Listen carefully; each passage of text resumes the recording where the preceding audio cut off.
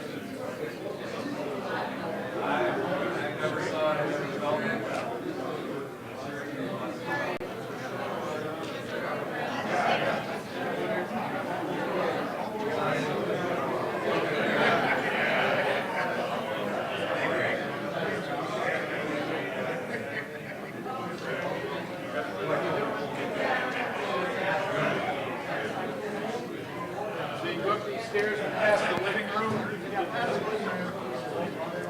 The camera is centered on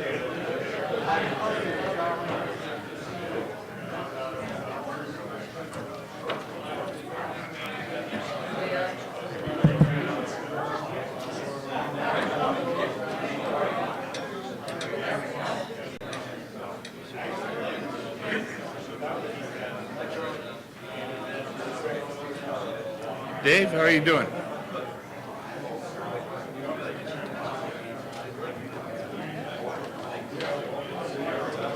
You're going to go through the agenda, right? Skip, you're going to go through the agenda? You're going to go through the agenda?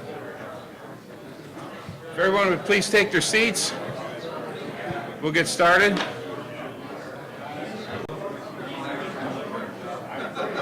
Can you hear me okay? Huh? Can you hear me now? Much better? Huh? More. Oh.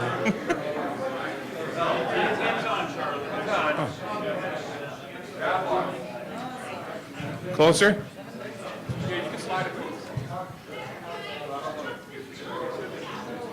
Testing.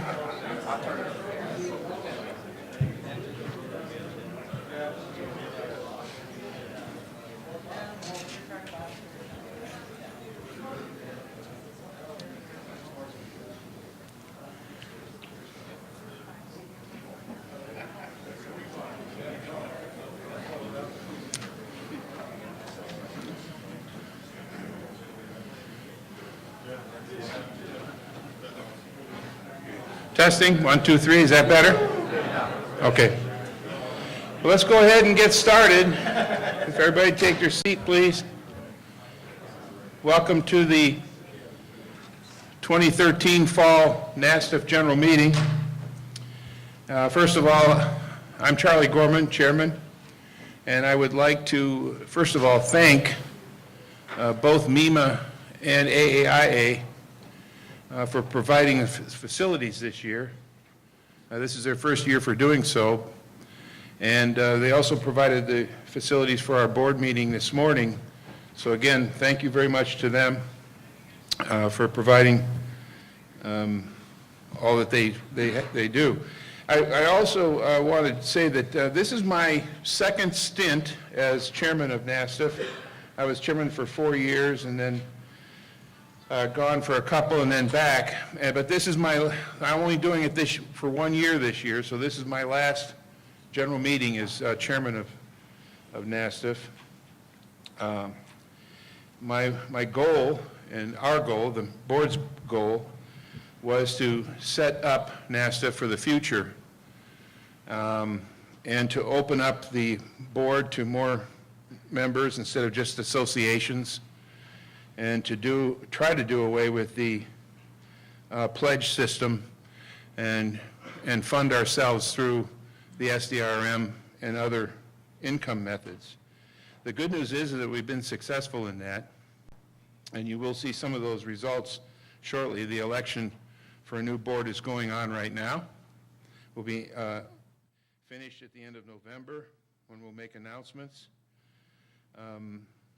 But I think financially, the organization is secure without association pledges right now, and so we have been successful. We still have some challenges ahead, and I think that we'll learn more about what NASTF will look like once the Massachusetts reconciliation of the Massachusetts law and a resulting memorandum of understanding that comes out of that for the 50 states. Once all that's in place, NASTF's role in the future will become much more clear. Some of the challenges we have ahead are, of course, the things like theft-related parts, and I think another thing on the horizon that we're going to have to face is telematics. Diagnostics through telematics, and we will we will answer those questions as they come up. But I think that it's for sure we're going to have issues to deal with in the future. And then, of course, there's also heavy-duty trucks as another area that we need to do some work on. In the near future, we're going to be addressing the committees, the expert committees we have within NASTF, and looking at the chairmanships and so on to see if those people want to stay in those positions, switch out, and so on. So I'll be giving some of the chairmen a call in my role as past chairman in the future as part of the nominating committee to see who wants to fill those positions. So you can expect to hear from me in the future. With that, I'd like to turn it over to Skip Potter, NASTF's Executive Director, who will take over the rest of the meeting.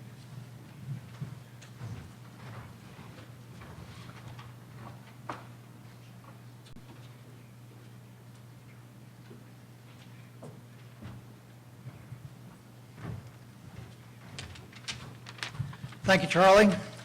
Good to be here. Welcome, everyone. Glad to see familiar faces in the room and some new faces and a full meeting room. That's great. I'd like to also point out that this meeting today is being live webcast on the NASTF website. And we didn't sell registrations, so we have no idea if there's 1 or 1 million that are watching right now. But thank you to Pete Meyer and Advanced Star for providing the technical equipment and competence to be able to offer this out. It's a nice opportunity for us to broadcast this meeting. We do know, because of the feedback we get, that there's a significant number of technicians and shop owners around this country that would like to be here but just cannot. So having this meeting webcast makes this room a whole lot larger than it really is right now. In addition to that, you might know that as we did last year, the recordings will be broken up, cut up and posted on our YouTube channel for viewing later on. And we know from the last meeting that there's significant interest to go back and to review the meeting after it's over. And again, those that couldn't accommodate the schedule today are able to go back and see what they missed here. Well, you've already met the NASTF chairman of the board of directors. I also want to recognize any of those in this room that are on the board of directors. Please stand, and we'd like to show our appreciation. Alan Pennebaker, our vice chair. Steve Douglas, our treasurer secretary. Scott Brown, a director, and the rest of these are directors. John Cabanis, Doug Greenhouse, Bill Long, John Lipin, Karen Miller, Tony Mola, Bill Moss, and Kathleen Smots. If your name was called, if you'd stand up, at least allow us to, the crowd to see who you are and know that you serve the board of directors, and thank you very much.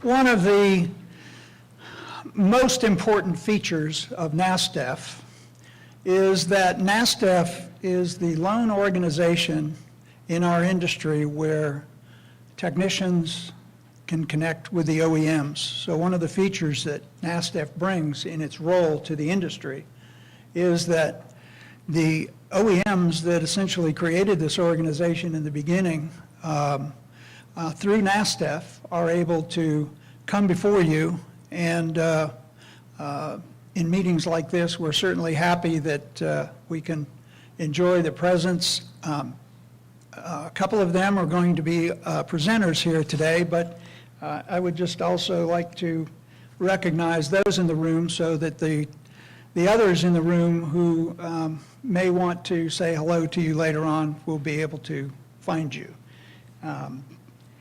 Bob Stewart with General Motors, and Kurt Emicus with Volkswagen, Valerie Sullivan with Honda,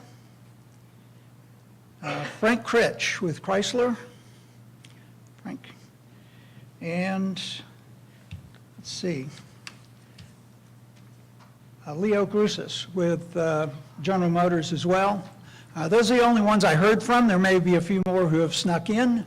And I think there are some contingents here, like General Motors, that brought many more people with them, and we certainly appreciate all the rest of the folks who have come from the OEMs to spend some time with us today.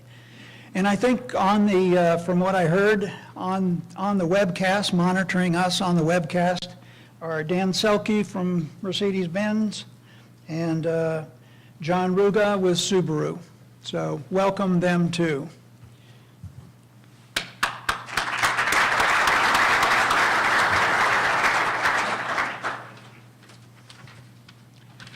So we have a full agenda here today, so let me first off get us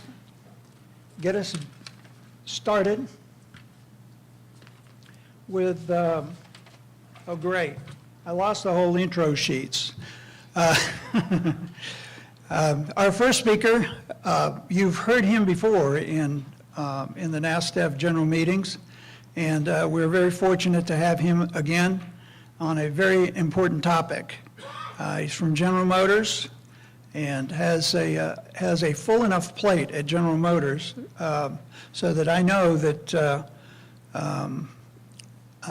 he enjoys being involved with NASTF, but it's not the only thing that he does, so we appreciate his time. So at this time, I'd like to introduce Bob Stewart, who's going to lead us through a presentation entitled Who's Cheating Whom? But it came from a technician's question over the issue of counterfeit scan tools. So I think we're about to learn a lot today on that topic. Bob, thank you very much.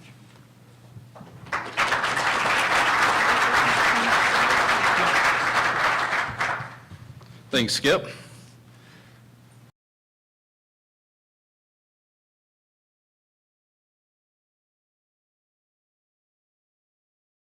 About counterfeit diagnostic tools. It's an industry issue. It's not just General Motors issue. I'm going to speak at a high level on the industry issue, but I'm only going to be able to show examples of General Motors issues with counterfeit diagnostic tools. But it's all about intellectual property and, you know, commercial value. And I stopped and thought to myself, most shops, they buy tools, they're not concerning themselves with intellectual property. Where could I tie the two things together for a repair shop? Now, if I were to hand out a waiver form to every shop owner in here to get your sign off to have your customer data, everybody in the room would walk out without signing the waiver form to give General Motors your customer data. That's your intellectual property. Just like that's your intellectual property, companies make their money with intellectual property. It's their asset. So, you know, as it says here, this is a product of intellect that has commercial value. A lot of people don't think that way. You know, the internet has created this loose sharing of intellectual property, and people don't think about it like they used to think about it. Two areas of intellectual property that I'm going to focus on today are copyright and trademark. Copyright is, you know, the rights to republish, sell, and distribute matter. Typically, when you think of copyright, you think of books. Software code can be copywritten. So it's multiple things that can be copywritten. One fact that most people don't know about copyright is as soon as it's produced and handed out, it doesn't have to be registered. It's automatically copywritten. The registration just helps the process of enforcing that copyright. Trademark, I think everybody's familiar with that. We've got gazillions of trademarks. At the top of this slide is all of General Motors trademarks here in North America that we use today, currently. So we have the General Motors Bug, the blue GM. We've got the Chevrolet bow tie. We've got the Buick Crest, the GMC, the Cadillac, and AC Delco. And kind of there's some confusion sometimes with General Motors and AC Delco. My business cards say AC Delco on them. People think I work for Delphi. They're not sure who I work for. It's another brand of General Motors, the same way the divisions are. So what I hear all the time, if I monitor the internet, is clones, diversion. Most people don't even know what diversion is. But those are the two stories I hear all the time. And then the third is counterfeit. I just wanted to kind of give everybody an idea of the three differences. And we deal with all three of them at General Motors with parts and diagnostic tools themselves. What is a clone? Produce a copy intimately, closely to the same thing as the original or the authentic. What is diversion? Really, that's the manufacturer of the product, you know, one for me, one for them kind of thing out the back door, saving all the, you know, the licensing fees and all the things on the intellectual property. What is a counterfeit? Counterfeit is an imitation of the genuine product to try and defraud or intent to defraud to make somebody think that it's the real product. Clone, that's, you look at all the industry forums, everybody calls it a clone. It drives me nuts because it's not a clone. As you can see here, most people are probably familiar with the Dolly research. So I threw the Dolly, that's a clone, where the DNA is exactly the same. If it was cloned, they'd be identical. We wouldn't be able to tell the differences of them. So, you know, people think, oh, I'll just buy the clone because it's the, you know, it's the same thing. I'll just save myself some money. And I want to illustrate to you what these so-called clones in the industry, what you're really saving. Here's another example that I hear regularly. Why would I go buy the tool from the manufacturer when I can get the same one out the back door of the manufacturer and save myself the money of spending to pay for, you know, the logo on it or, you know, the royalties being paid to the rights owner of the product. So it's, you know, out the back door, I won't pay the markup. I'll get the wholesale deal.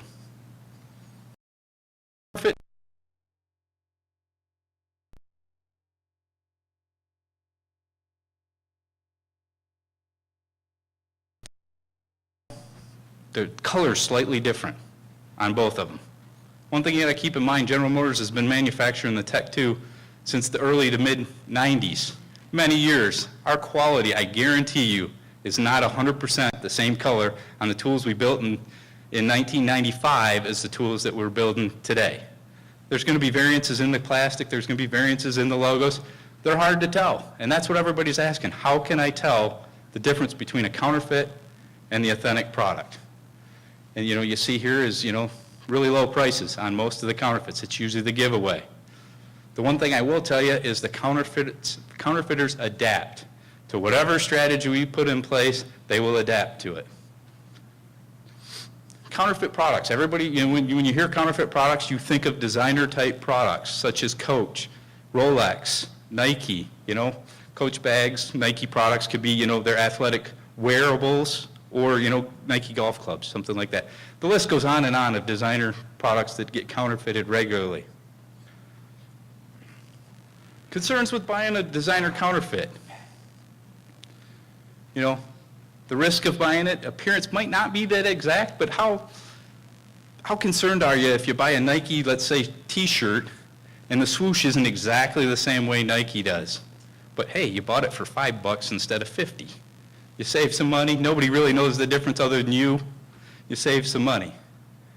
Quality. That's probably one of the biggest things with counterfeits is the quality. What's the reward to you from buying counterfeit products, at least in the designer segment, is you saved yourself some money and you can buy, you know, you can spend your expenses differently.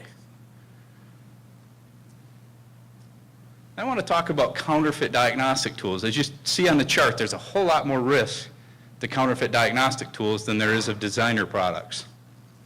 Misdiagnosis, quality, safety. That's the big one for us, is safety.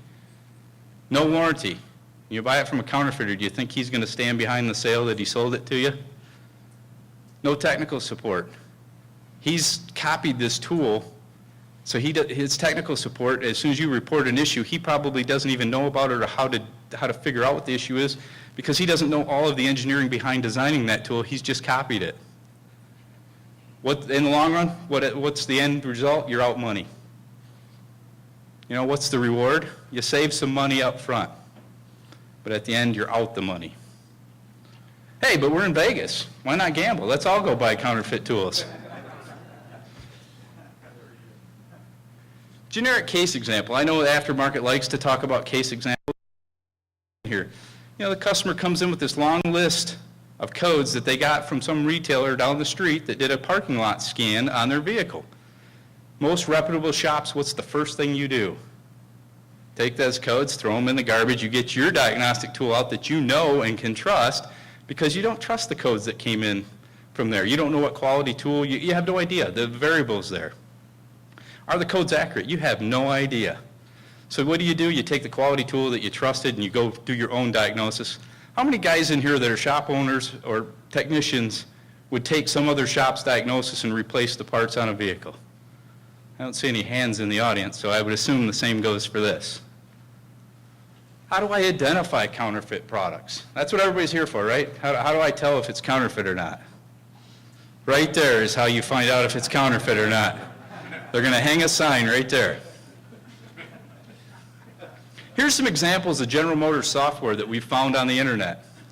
I'm almost positive that General Motors would not produce our software with a pink panda on a scooter.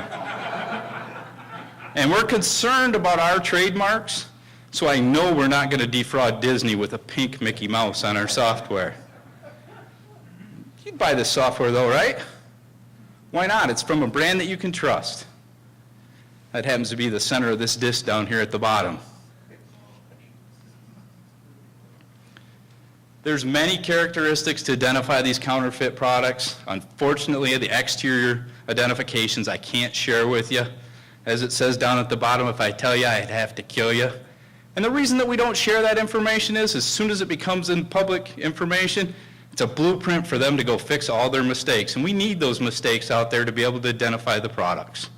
And trust me, there are a lot of identifying characteristics. Here's another generic case example, and this is the one that blows my mind. We get shops purchasing counterfeit diagnostic tools, but this is a study from Babcock's, their tech group, in 2013. When it comes to buying electrical and emissions components, look at those numbers of where the shops are buying them. They're buying them from the dealers. Why are they buying these electronic parts from the dealers? Because it's that quality that they can trust. As a previous technician in my past, I hated doing anything twice. That's why you spend the money to get the right stuff up front. So if you're going to buy a counterfeit diagnostic tool to diagnose electronic components, it just doesn't make sense to me. Here's an example. Since I can't show you the exterior, I'll show you some of the interior circuit boards of a Tech 2 that came into the repair center. How many people in here are familiar with internal electronics? Several people. I'm going to illustrate here, down here at the bottom. Those are all solder pins. See any issues with those?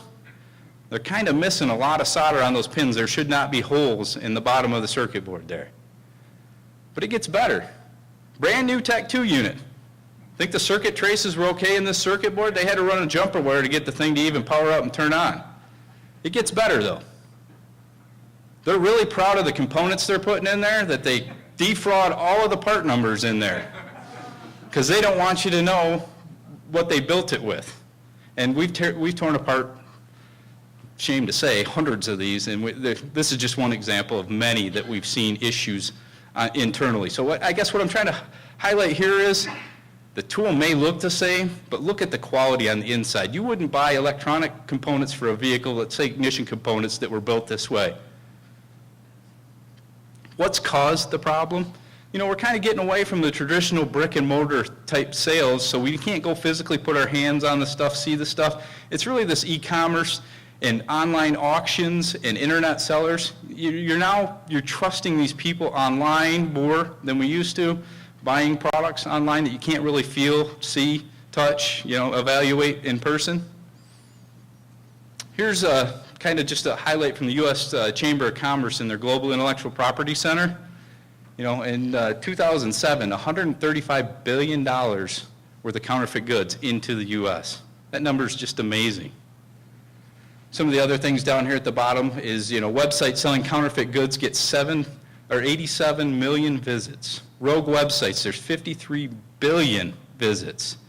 This internet has created this global thing of all these websites popping up all over the place. You have no idea where you're buying this stuff from. China is the #1 source of counterfeit goods.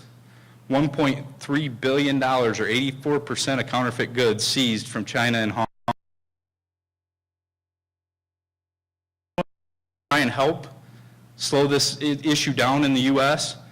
is, we do customs seizures of counterfeit products and shipments, customs recordations. I didn't even know what the word recordations was before I did this and got with our brand protection people. What we do is we go out to the customs agencies and we register our trademarks with them. So when they identify our product with those trademarks that are questionable, they call somebody with inside General Motors to say, hey, can you authenticate this product? Is this real? We train customs and Ministry of Commerce all over the world. We have a whole team that goes out and trains these people how to identify these products, whether they're real or not. Investigate sources of counterfeit products. We are constantly having investigators go all over the world looking at different places that we get reports of counterfeit products. Raid actions of counterfeit factories, distributors, retailers.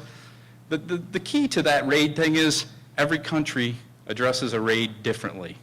And we think of the U.S., when you're counterfeiting something, we come in, the government seizes everything for producing that counterfeit good. Other countries aren't necessarily the same. They may only be able to seize the product that's in completed state. So what do you think the counterfeiters that are in those countries do is they find ways around the system. They don't complete the goods before they ship them. So now they can't be seized. So that you can't even seize the manufacturing devices used to build these tools. Legal actions against infringers, we've done both civil and criminal actions against them. Internet trade show investigations, we walk the floor here at AAPEX and SEMA looking for infringements there. Agencies we've involved. We've the Federal Bureau of Investigations, Homeland Security. Why would Homeland Security be concerned about diagnostic tools? It's that one thing I highlighted on the risk. They're worried about safety. What if you do a bidirectional control and you want to turn on the brake lights and it deploys the airbag? Go back to those circuit boards I showed. How do you have the confidence that they didn't cross some signals with inside that circuit board? You don't. We use customs and border protection globally. So as I mentioned, we train customs agents all over the world on how to identify these products, who do they contact when they have a question. Because I do both parts and diagnostic tools, I get anywhere between 3 to probably 10 reports from customs globally a week of where they've identified products. And the sad thing is, most of them are counterfeit products when they come through. Very seldom are they authentic products. The other interesting thing is we use the U.S. Postmaster. How in the heck could the U.S. Postmaster be involved in counterfeit enforcement? You can't ship through the U.S. Post Office counterfeit goods. So you use the Postmaster to be able to enforce the shipment of counterfeit goods. Here's just an example that many of you may have seen. It's been published all over the place. A Virginia man sentenced for trafficking counterfeit goods, GM diagnostic equipment. He happened to be trafficking counterfeit Tech 2s and candy modules.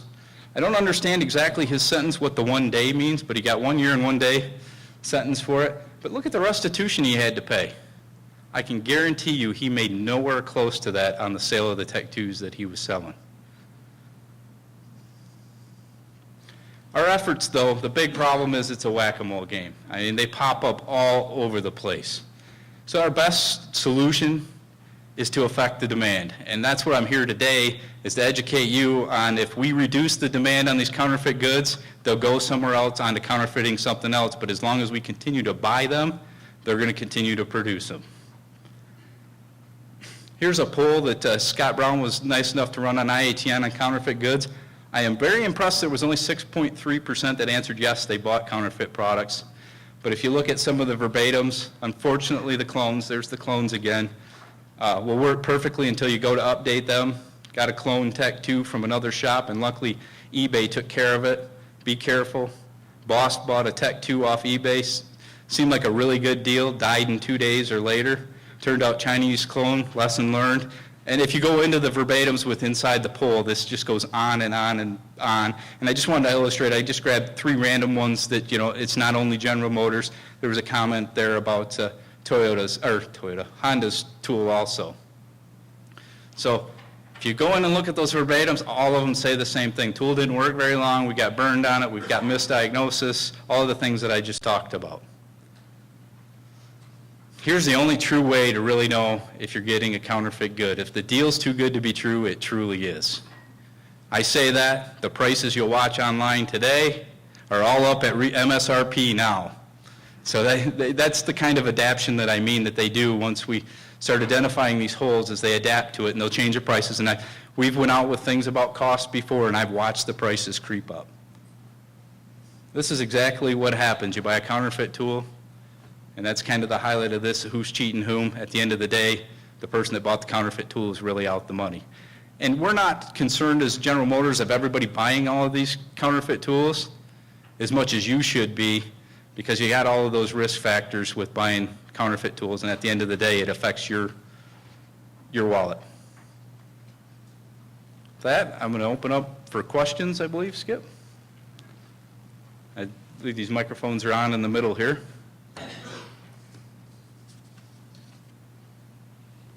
No questions? Couldn't have done that good.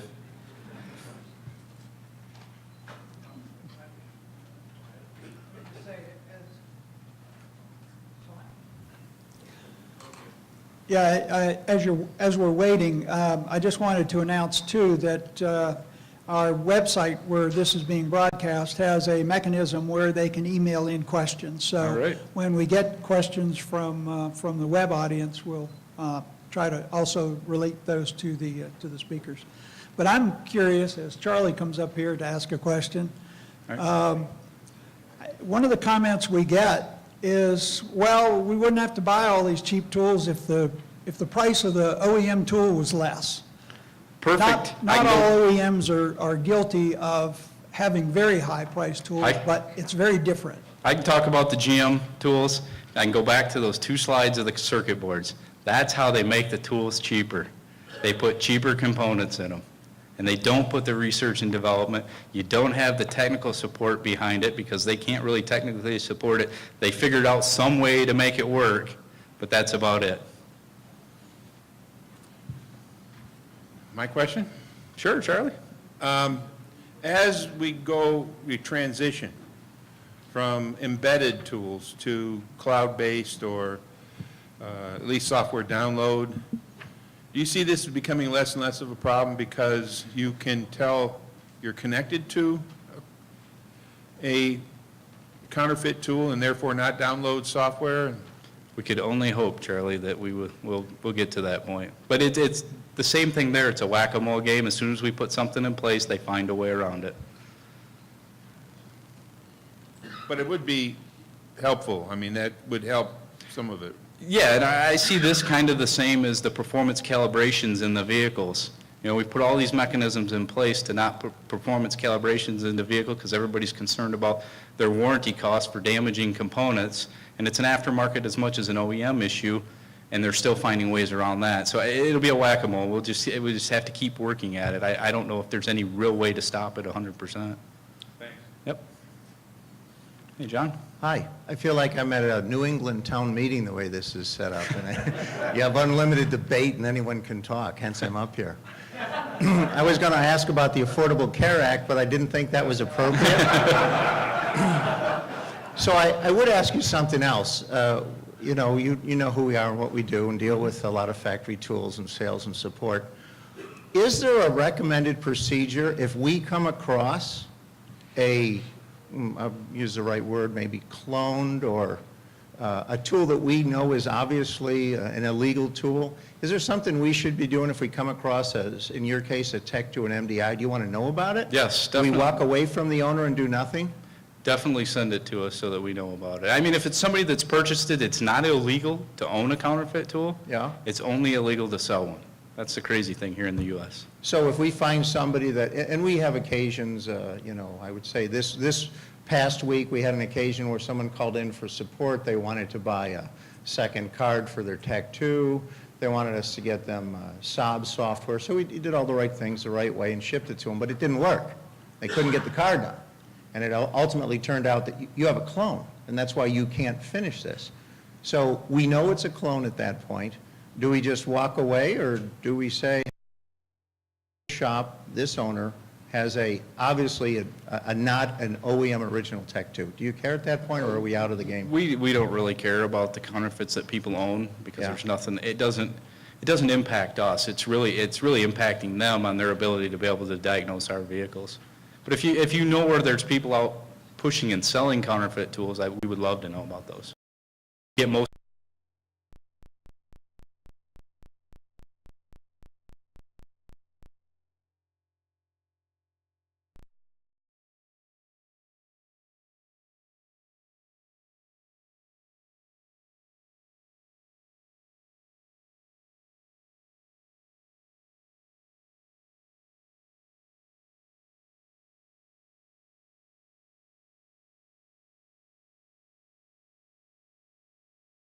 products off. I would estimate that we take off probably 2 to 3 Tech 2s off online every day. We try and do our best to protect the consumer, but the only way we're really going to be able to do it is to impact that demand. You know, as long as people keep buying them, there's going to find ways to keep selling them.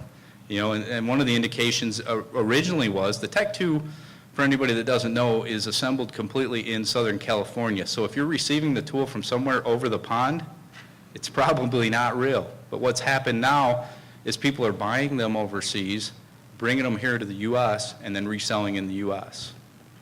So, you know, it's, whatever you do, there's multitude of variants in how these tools are being distributed. Yeah, it seems to be, from everybody that I've talked from at other manufacturers, have the exact same issue that we do. And ultimately, we just want our cars diagnosed properly. We want our vehicles diagnosed and repaired properly. It doesn't matter who repairs it. If it's a GM dealer, it's an independent, we just want it diagnosed properly and repaired properly, because at the end of the day, that's a GM customer driving a GM vehicle, and we want them to have a good service experience. Yeah, sure. Kathy? I got a quick question, Bob. That gentleman brought up, I think, a good point. Is there a formal process that NASTF has as far as being able to put in a request or put in some information about people that are selling these tools? Well,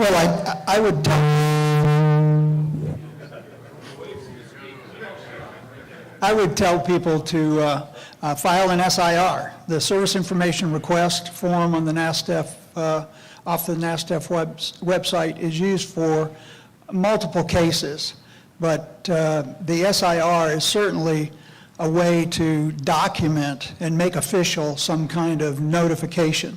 And I think everyone, our message to the industry has always been that the SIR system just ensures that your concern is going to be communicated to the appropriate OEM. So we do serve that role, so the SIR could certainly be used. More questions? Craig's got one, we've got one over here. More of a statement, I guess. We're all getting a little vibe here. Most of the people here that were concerned and voicing their opinion are OEMs that are having their tools copied. I just want to say the problem exists with all the aftermarket makers of these tools as well. Yep. Just about everybody, even a small, I work for a relatively small company, and we finally got the big time. We're finally being copied. And so it's happening to everybody on every level of getting your knockoffs, and then trying to figure out when you're doing tech support or anything like that, trying to identify when you're dealing with a clone, or not a clone, when you're dealing with a bad copy. But it affects everybody, not just the OEM tools. Yep. Yeah, and I should have said that. I've talked to several aftermarket tools that have the same issue. Yep. A question? My main focus was on tools, but you also mentioned you deal with parts.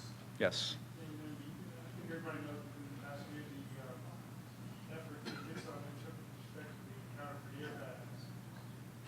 And I was wondering if you could just mention a word or two about what else you see from GM's perspective with respect to counterfeit parts, component parts, or converted parts that really have a major impact on safety or emissions.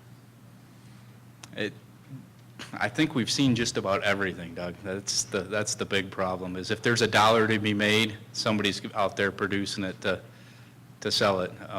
Airbags definitely is the biggest one that's been in the press a lot lately. And, we take it real serious when we do find airbag issues, and go to the ends of the earth to find out where the source is and to shut it down, because, there's a serious concern for the driving public. Any other questions? Doug, Steve's got one. Okay, yeah, just to add to what you were asking about, you know, the whole idea behind an ASTF is to have kind of open communication. And so if you have an issue, if you found out something, don't feel like you have to file a formal SR or anything like that. Skip's around, I'm around, we have contacts with the OEM. So if you see something that looks suspicious, shoot us an email, give us a call. All the information's online, you know, so it should be kind of that open dialogue.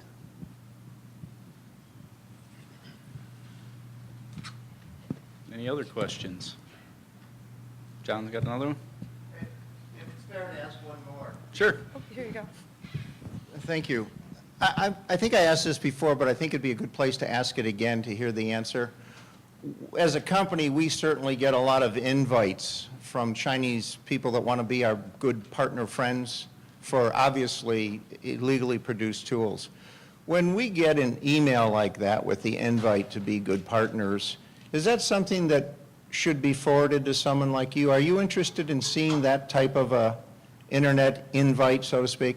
Definitely. That's where we get most of our leads, is from industry people forwarding those emails on to us so that we can hunt them down. But it never ends. But yeah, we're definitely interested in seeing them. Okay, thank you. Any more? Well, thank you for everyone's time. We'll get on to the next presenter.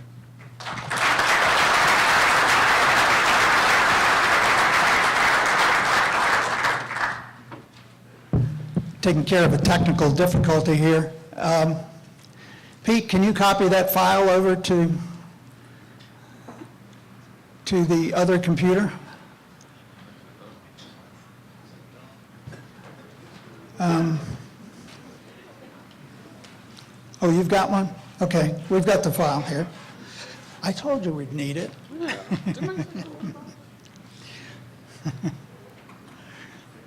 Here's the, it's on there? All right, while I introduce the next speaker then.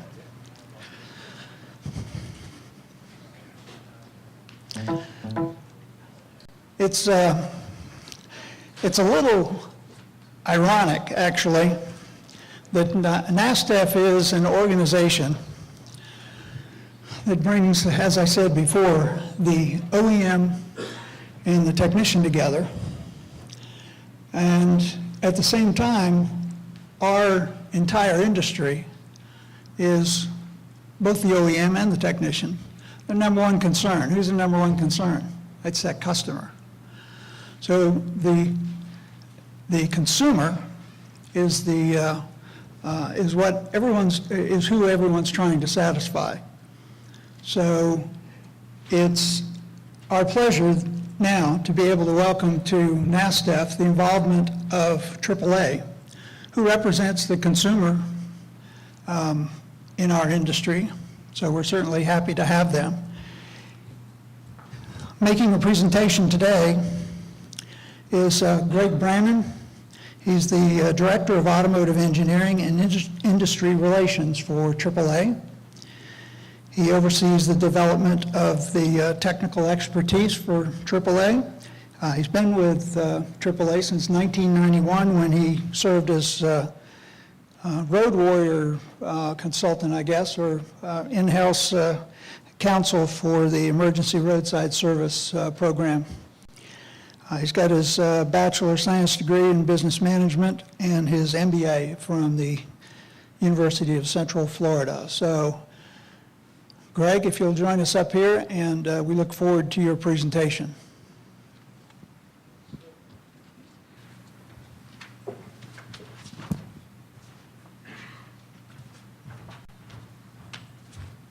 Well, good afternoon, everyone. How's everybody doing? Good, good, great. I certainly appreciate the opportunity to talk with you today, and I want to thank Charlie and Skip for reaching out and making the contact. I think, as Skip mentioned, we've got a good opportunity for partnership as the years go forward here. You'll notice as Skip mentioned my bio, I am not an automotive engineer, and I'll start by saying that, but I've got a couple that work for me, thankfully. And in fact, when we're talking about connected vehicles, I also have to admit that I'd much rather be driving my 65 Nova down the drag strip a quarter mile at the time in a very disconnected way But I do want to talk with you a little bit about the association's perspective, and when I say that, AAA's perspective on the connected vehicle and what it means for the future. So I'm sure most of you are familiar with the brand, but just one thing that you might not know is that we've been around for 111 years, and we were originally formed out of a group of several hundred individual motor clubs that popped up in counties around the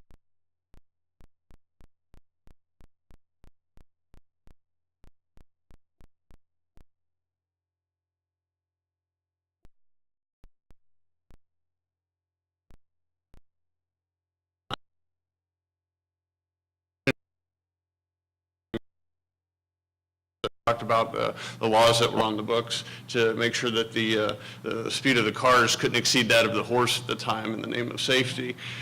So times they are changing. So can you imagine what the carriage maker would think about Google's autonomous car today? It would look like that was dropped down out of outer space, I suspect.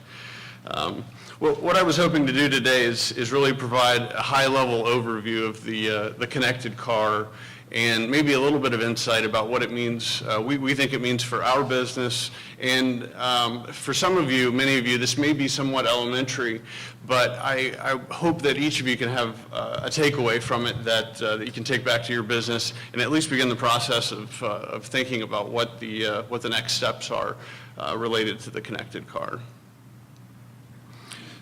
So much of what the connected car is and seems futuristic, but the reality is that it's here today. And for the purposes of simplicity, we've broken the technologies down into three fairly bite-sized chunks that you see here in the terms of safety, convenience and peace of mind, and infotainment. The term telematics, is there anybody that hasn't heard the term telematics? I can't imagine. We've been talking about it for many, many years, and in fact, OnStar paved the way here in the U.S. Back in the 90s with that technology. And it did some really cool stuff and continues to today, like crash detection and 911 notification, remote door unlocks, and periodic vehicle health alerts, these type of things that we've been hearing about for many, many years. And what's happening, though, is that telematics is really now becoming an element of the second generation of these systems, which we're referring to as the connected car. And most of these vehicles retain the original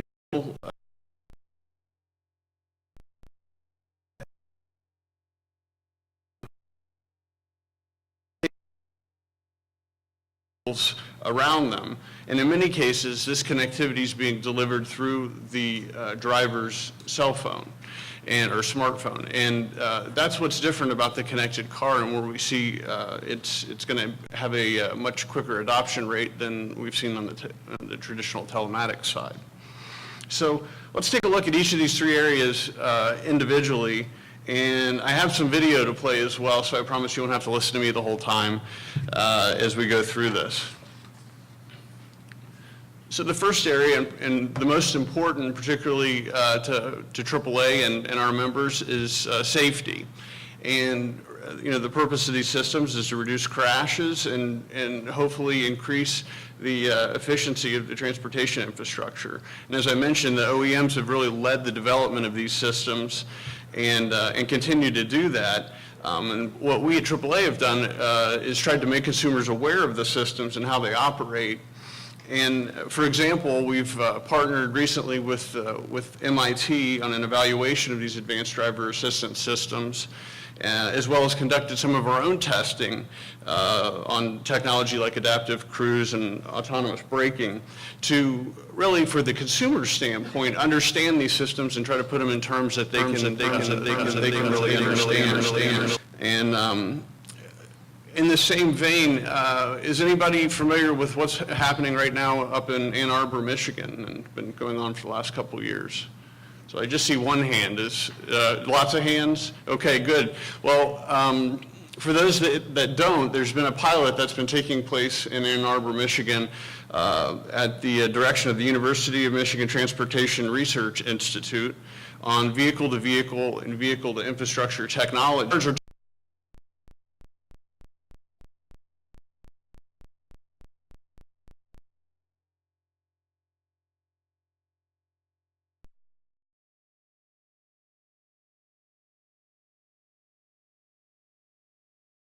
vehicles as well as what it means for transportation flow.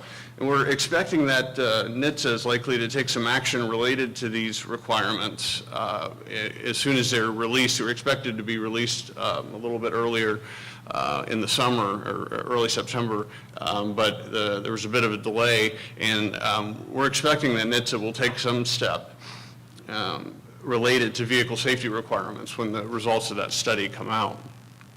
And while the rollout of that technology might be slow over time, we're really monitoring it closely, and I think you as the aftermarket should as well. And you'll get a better example of how this works by watching this video clip. In this situation, Ford is giving an example of how they've integrated vehicle-to-vehicle technology to help motorists avoid accidents. So let's roll that video.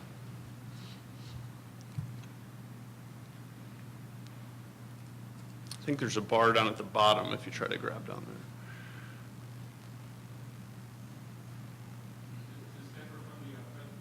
there. It wasn't.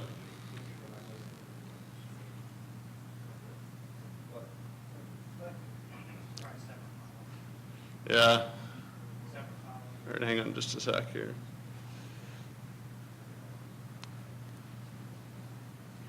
Now we had it embedded there. Did you dump it over to your laptop, or are you leaving it on the desktop?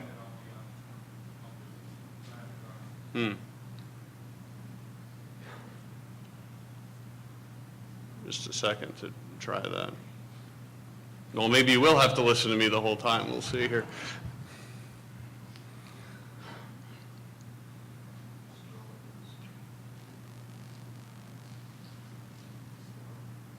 Okay. Well, we'll go ahead without the video then.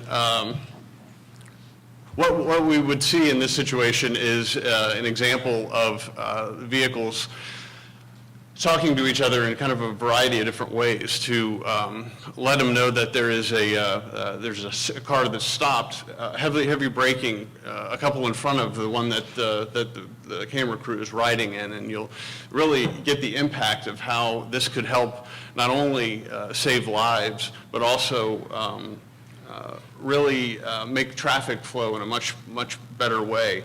And it's a very compelling use of the technology.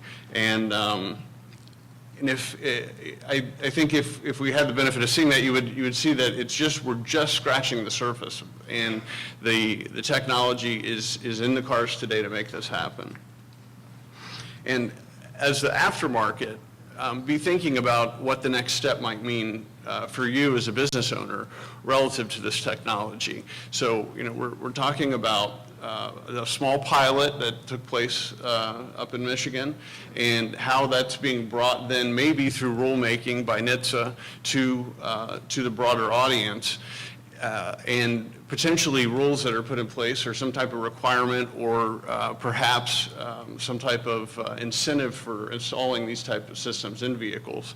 And if that takes place, there could be some adoption of that at a large scale that makes it such that, let's envision a high occupancy vehicle lane that now, if you have these systems and you're allowed to use them in that high occupancy vehicle lane, that all of a sudden we've got some demand for an aftermarket product that would allow the similar vehicle-to-vehicle connection. So be thinking about ways that it impacts your business, and I think you'll see as it develops that's a real possibility.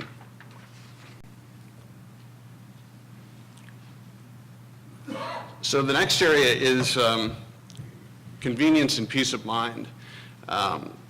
Really, this is trying to simplify our complex lives, and we have made our lives so complex these days, and these systems are really trying to take that to a level that allows the individual to simplify, decouple things, and get information real time when they need it. And the purpose of these systems is to really make the driving experience easier, as well as quickly identifying and limiting repair expenses by having proper maintenance performed. As I mentioned, the simple vehicle health alerts that have been in place for a long time, what we'll see is that once the car is fully connected, that is happening all the time, and there's a lot of advance warning about when something's going to fail. Many of these are AAA services that we've been providing to our members for well over 100 years, and some are new, and really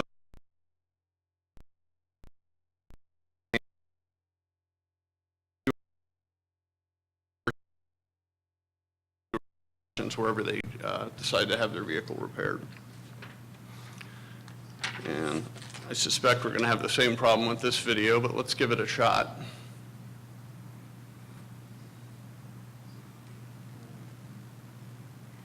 Yeah, that's a shame. Okay.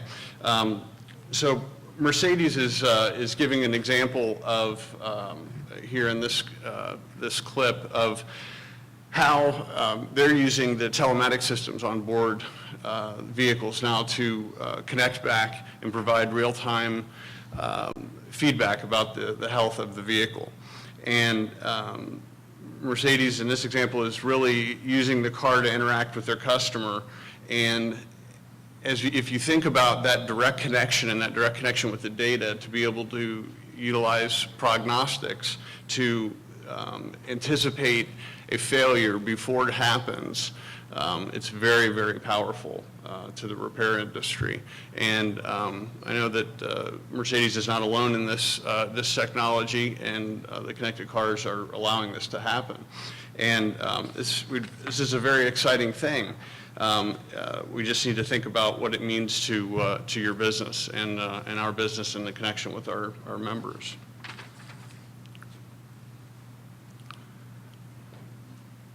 Oh, let me go back here. The final area is infotainment, and really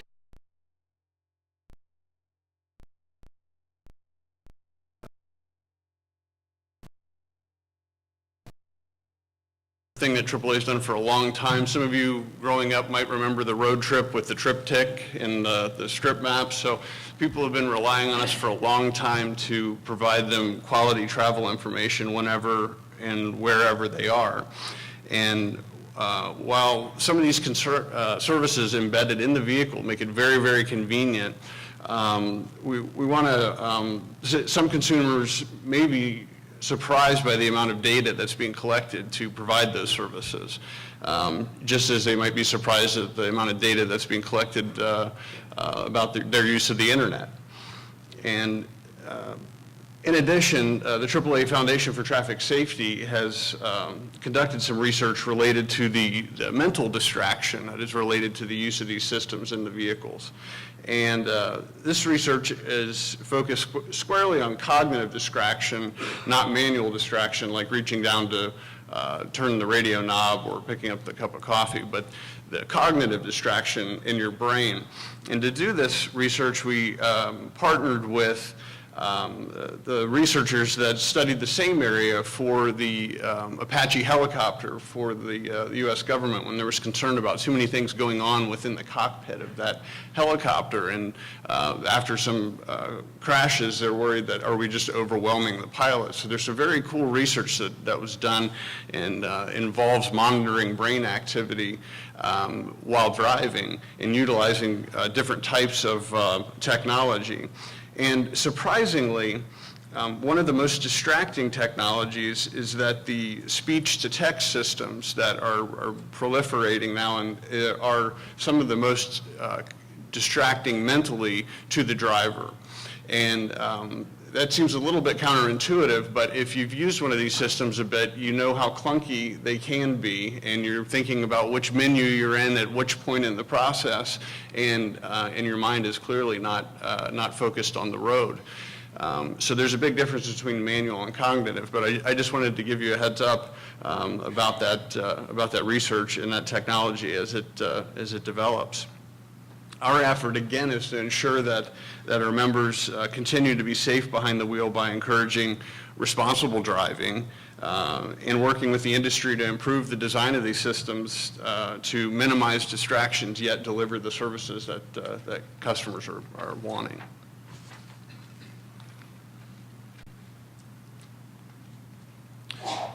So let's talk for a second about some of the implications related to this technology. And vehicle data is the first thing that comes to mind, really. And there's a tremendous amount of data that can be generated from the vehicle. And now not only can it be generated and you can extract it via a scan tool, but it is also now able to be accessed via telematics systems. And consumers are likely to be very interested in their options to choose what, when, where, and to whom their vehicle data is going.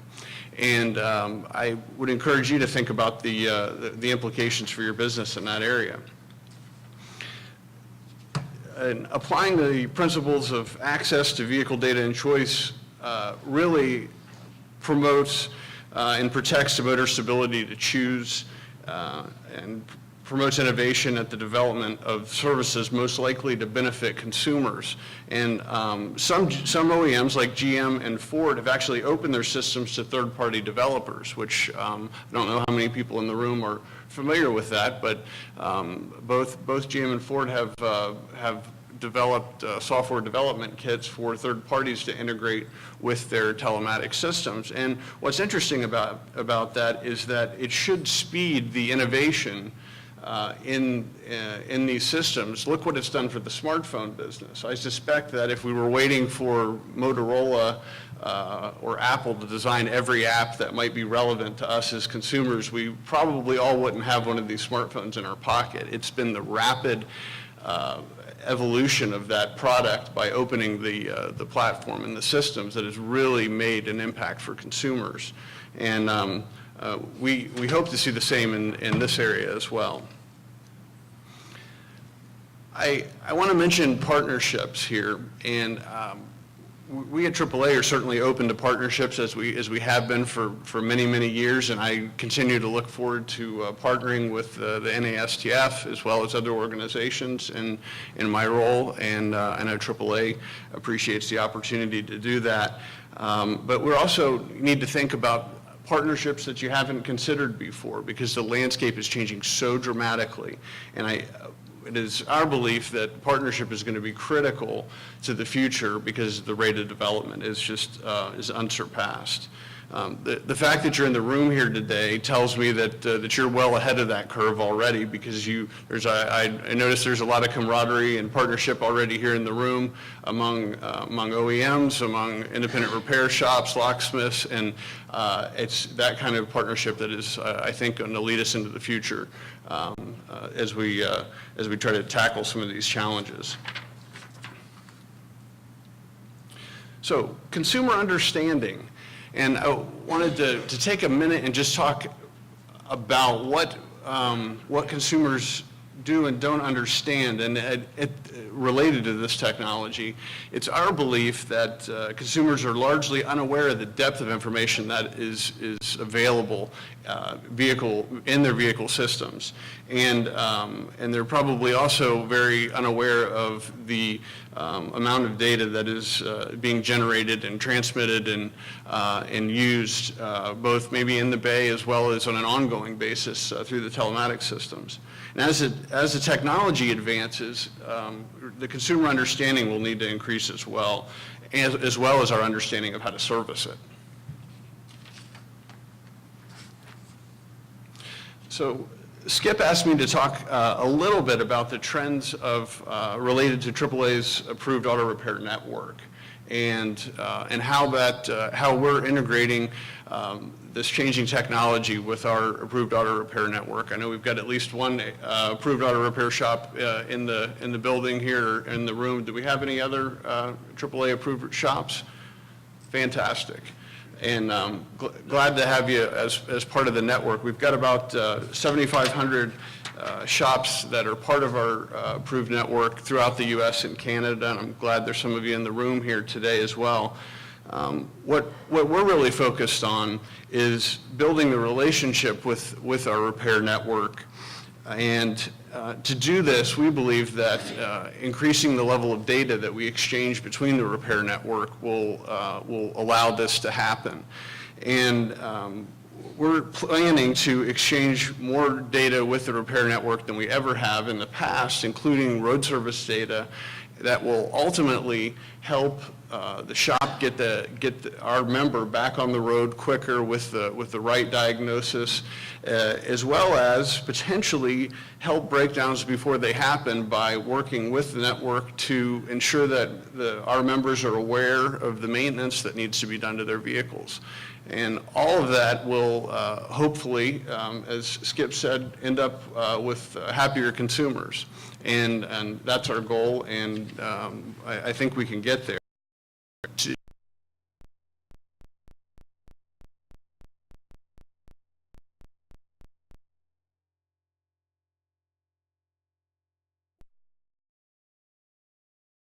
Engage with our members every day to help make their lives easier and give them the information when they need it and what they want.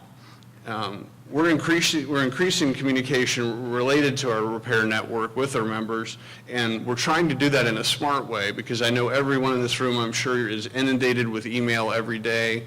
I mean, who opens the junk mail anymore? There's nothing in it. There's banner advertisements on everything you see. So what's critical is that we talk to people in the channel that they prefer individually, and we're doing some research to understand what that is related to this, to this type of information. And be thinking about how the connected vehicle will change your customer communication strategy, because I believe that it will, and it should. So with that, I wanted to just leave you with a couple of final thoughts. Vehicle technology is changing, and fast. We think about the horse and buggy of the early 1900s to where we are today. It's not a very far leap from where we are today to having completely autonomous cars, and it will not take 100 years. It will probably take something more like 15 years, and we better be ready for it, because that's going to change a lot of things. It's going to change the ownership experience. It's going to change the way that people think about commuting, the way that people think about mobility. And really, the technology that is involved is so complex, and it touches everything we do.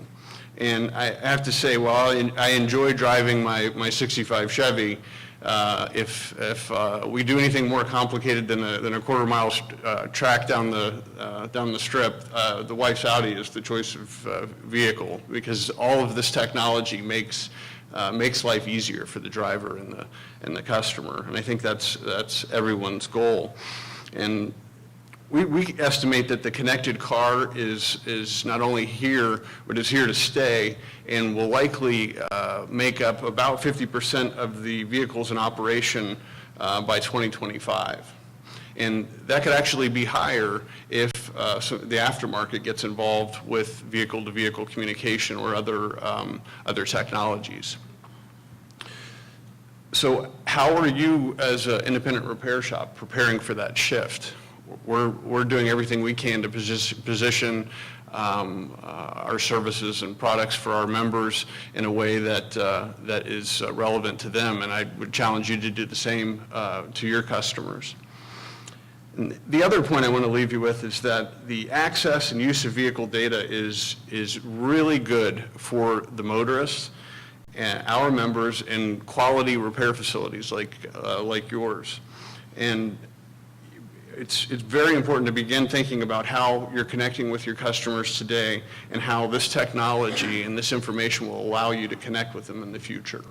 So with that, I will open it up for any questions, and really appreciate your time today. Looks like we've got a couple here.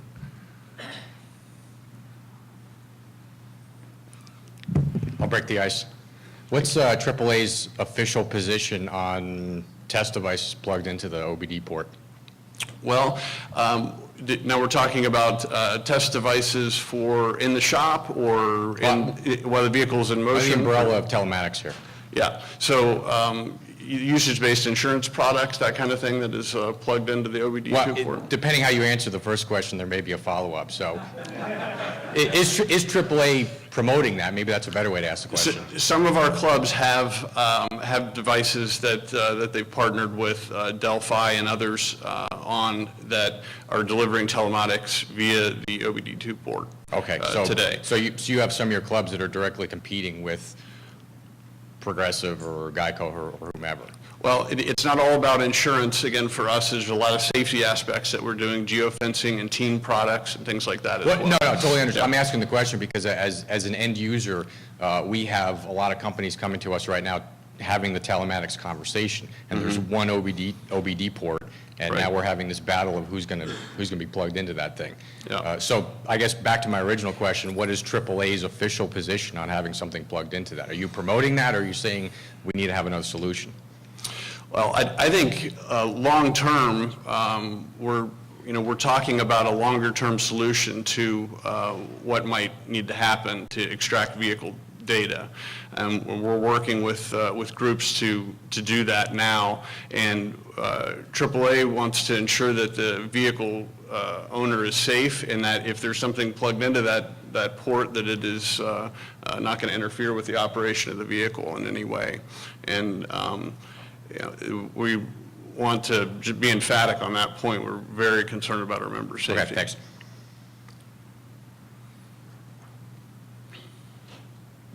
Excuse me, Greg. Thanks, Claude. I have a concern myself when I use GPS locally, where I know where I'm going. Many times, it routes me in circuitous ways. I do not use it except going out of town in environment I'm not familiar with.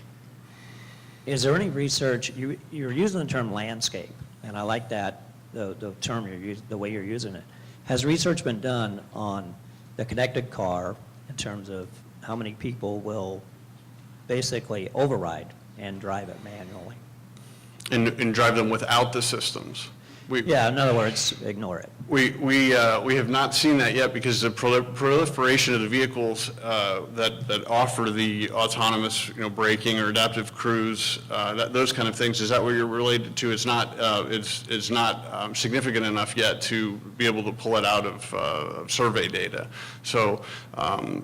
We do know anecdotally, though, that many people that have these systems use them in situations that are other than described as in the owner's manual. They become pretty accustomed to how adaptive cruise works and find it might not work too bad on the way home in the residential area, which I think most of the systems say is probably a no-no.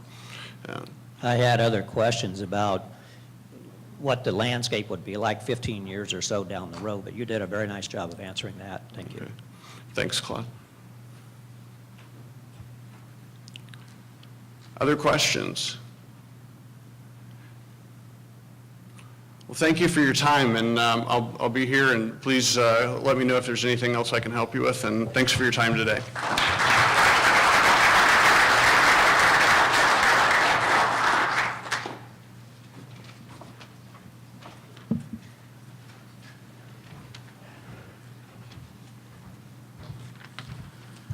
We're good. For the benefit of everyone, and particularly those that are following along on our webcast, we're just a little bit ahead of schedule here, I think, by about 15 minutes, so hope that doesn't miss anyone who was going to tune in at a particular time. I did get a lot of those questions. We've talked about this before. NASTF, the central nervous system of NASTF is the committee system. Every one of our solutions that have been developed have come out of our committees. Solutions even dating back to the very first one, the Service Information Request Form. And certainly when the Vehicle Security Committee started developing the SDRM program, which is now the Vehicle Security Professional Registry. And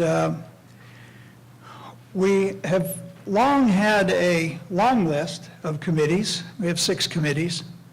And one of the committees that has recently been re-energized has been the Collision Committee. We're very fortunate.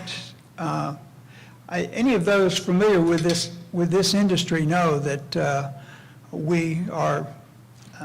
there are many trade associations representing many different segments of our industry.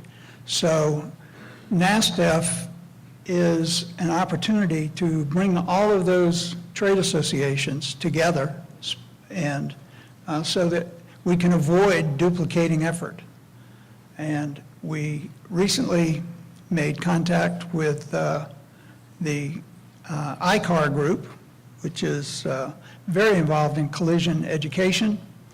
And we're very fortunate today to, as part of our series of presentations on collision, glad to have Jason Bartenen. I know I did see him in the room, and we're going to bring Jason up here to speak to us. As he's walking up here, let me just make one comment about the title of the collision section here. Collision pros need user-friendly resources too. That was kind of a comment that came out of a collision shop as he was cruising around trying to find resources, technical service resources on the various OEM websites. It was clear to him that some OEMs spent much more effort for the mechanical side than they had for the collision side. So it was like, hey, we need to catch up here. So can you help us? Can you bring this topic to NASTF, which we have done? So as Jason comes up here, he is the ICAR Director of Industry Technical Relations, and he's responsible for the ICAR Repairability Technical Support Initiative, in which they invited me to participate so that we can cross-communicate. He is at the ICAR Tech Center in Appleton, Wisconsin.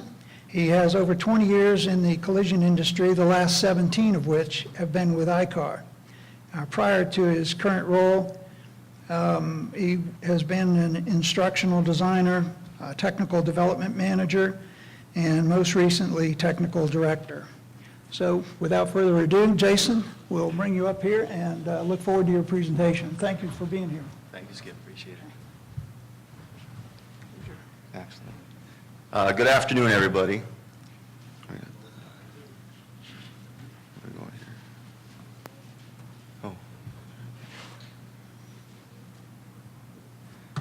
I'm Jason Bartenen of the ICAR Tech Center. ICAR, for those of you less familiar with ICAR, is the Inter-Industry Conference on Auto Collision Repair. We are a not-for-profit training organization. Our vision is that every person in the collision industry has the information, knowledge, and skills relevant to their position to achieve a complete and safe repair for the ultimate benefit of the consumer. We were founded in 1979 by the collision repair inter-industry, comprised of our 6 main segments: collision repairers, insurers, vehicle manufacturers, tool and equipment, and related industry services. And that's our core membership. We teach classes throughout the U.S. We teach classes in Canada, Australia, and New Zealand as well. And up until recently, the ICAR vision did not include the word information. Our board of directors added that key component earlier this spring in support of our Repairability Technical Support Initiative.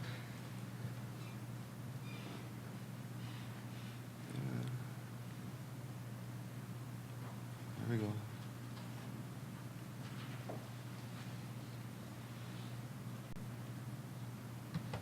The Repairability Technical Support Initiative is something that we've been working on for several months now.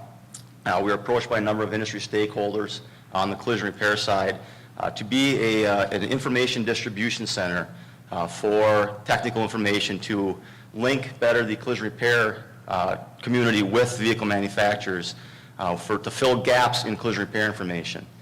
We've been working closely with Skip on our Repairability Technical Support Initiative from the standpoint of more information available.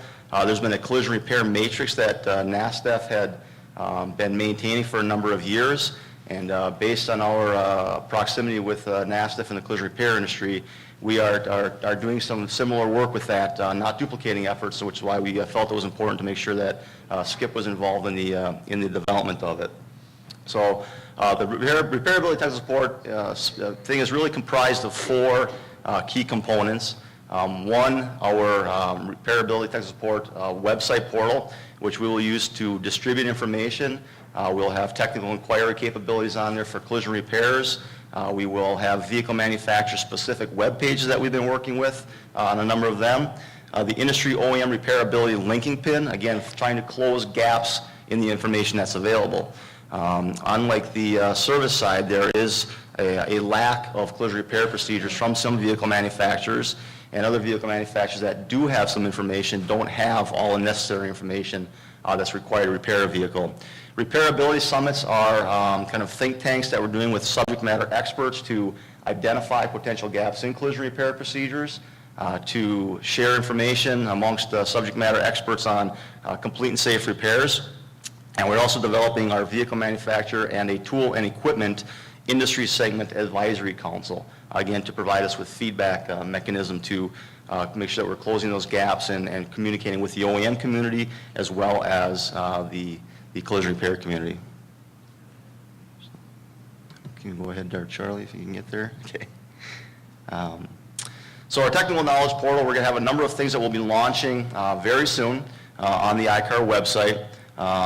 The ones that are listed in green are going to be 2013 launches, so our repairability technical support hotline, information available on our website, technical inquiry capabilities searchable by make and model and type of repair, whether that be a structural repair, welding application, or refinishing. Our OEM repair procedure links, we currently do have links to all the vehicle manufacturers' collision repair websites today. However, our goal in the future in 2014 is to have OEM-specific web pages where we'll be able to share information with the collision repair community. Certainly, as you're well aware, vehicle manufacturers are easily able to share information with their dealership network.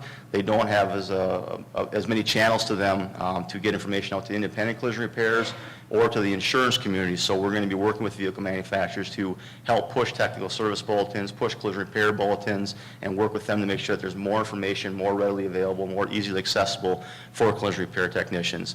We're also going to be working on daily, weekly, and monthly technical briefs where we'll be scanning collision repair publications, non-collision repair publications, automotive trade shows, car shows, SAE, just industry events, and trying to share collision repair information on a quick basis using social media and pushing out information to repairers. And then also on our, the last piece is our quick reference guide. We've had a number of matrices available for a few years, and we are adding our OEM information matrix, which was developed in conjunction with the collision repair interindustry based on those repairability summits. So we focused this year's activities around technical information, the types of technical information, and that information will be going on our website soon. And as you see here, we've got a couple of 2014 launches, and we're also be working on some strategies for future deployment of our uniform procedures for collision repair, which is UPCR, some how-to videos, some other industry partner links. So we really want to have a central location for collision repairers to come to when they have specific questions on collision repair. We want them to think about coming to iCar first to supplement their vehicle manufacturer information, and also to, again, distribute more vehicle manufacturer information. Charlie? So as I mentioned, we have focused our repairability summits this year on OEM technical information. Charlie, if you want to go to the next screen, it's a little bit bigger here, and it's a little bit a bit of a challenge to read. But we really focused on what are the types of information that collision repairers need to properly repair a vehicle.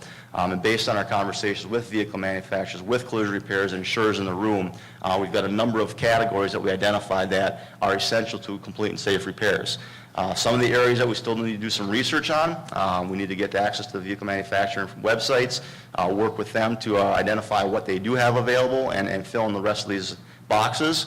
The other thing you'll notice on here, we've got Hyundai and Kia, for example. They've got some fantastic collision repair information, but that's currently not available in the U.S. market, so we're trying to, again, close that gap, make more information available, working with them to get that information out to the inter-industry. This is just the first round of this repairability matrix. We're also going to put this into a database where people will be able to search by make and identify if a vehicle manufacturer has this type of information available.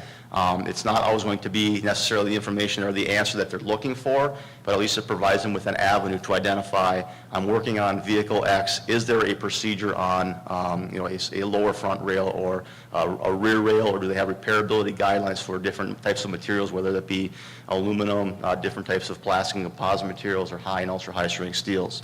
Our next step in this is to probably expand it to add more detailed information about where exactly to find that information. So myself, along with my current staff at the Tech Center, will be, again, scanning through vehicle maker websites, looking for information and trying to get people directed to the right area. Collision repair information isn't something that technicians are using on a daily basis. It's something that they absolutely need to be using on a daily basis, but it can be a challenge for a lot of them to find the information that they're looking for. We want to be able to better direct them exactly where to go to find the type of information they're looking for and to get the answers that they need. And we will, like I said, expand it to include the different sections, and then we'll probably look to expand information also on airbags and electrical, wire repair, and diagnostic information. Obviously, that's more readily available to repairs today, but again, it's not an area that collision repairs are typically working with. The diagnostic area is still something that's a bit in its infancy, and we certainly need to make sure that more collision repairs are making sure that they understand their need for diagnostic work following repairs. I believe with that, that's all I have today, but I do have a few minutes if anybody has any questions on that, on our Repairability Technical Support Initiative. Again, kind of some of the key takeaways. Oh, yeah, one more. Thank you, Charlie. We do have a survey for those of you that do get into collision repair on the iCar website on our technical information page. We do have information about the Repairability Technical Support Initiative and what we're going to be doing. And the key component to that is there is a survey there. So if you or people that you know are in the collision repair industry, we'd love for the input on it so we know exactly what we really should be building on this website. What are the types of information that people are looking for? We need support from the inter-industry. We need collaboration with NASTF to move forward, and we're looking very much forward to that. This is an important piece for us, and as I mentioned, we will be moving forward with it. We do have a QR code, too, if anybody wants to take a picture on the next screen. We do have a QR code that will bring you directly to that web page with that survey information. So with that, I'll entertain any questions that anybody might have.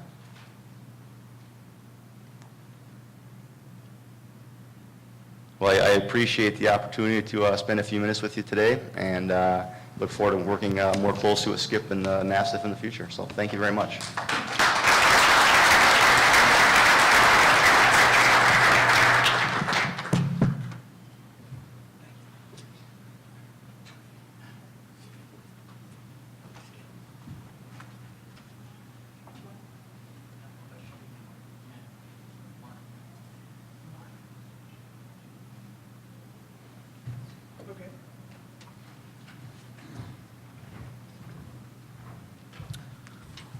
We had a question come in from the internet for a previous presentation. Who was that for?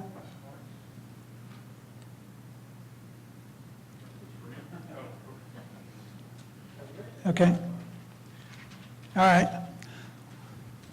Have to go back and forth a little bit, I guess. But give us a second here if you want to.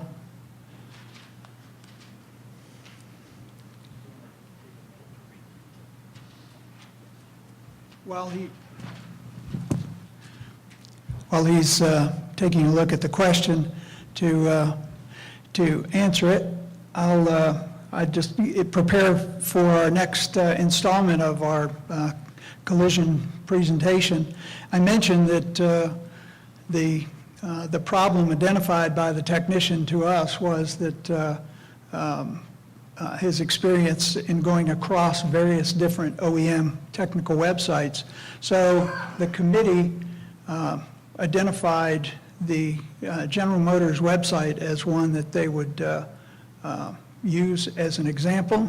And before we get into introducing the speaker to present that, let's go ahead and address this question.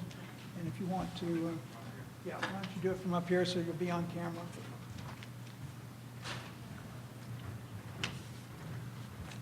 So we have an email question from Matt, and the question has two parts. It says, what are AAA's plans for taking advantage of the business opportunity you mentioned related to gaining more access to information generated within the vehicle? That's the first part. I think I did talk about that a little bit in what we're doing today relative to increasing the information flow between AAA and our approved repair facilities. So we're looking to capitalize that today. If additional information can be pulled from the vehicles that will help that experience for the member or the customer, we will absolutely take benefit of that into that communication stream. So thanks for the question, Matt. And then as the second part to his question, you did not talk about the issues related to privacy of data or getting into vehicles that are security-related issues. And shouldn't that be for everyone involved? And I think it absolutely, I mentioned that in my presentation, I think that consumers are likely very surprised by the amount of data that is being generated and sent via their vehicles today. And I think as we look at any options into the future, that safety and security and privacy need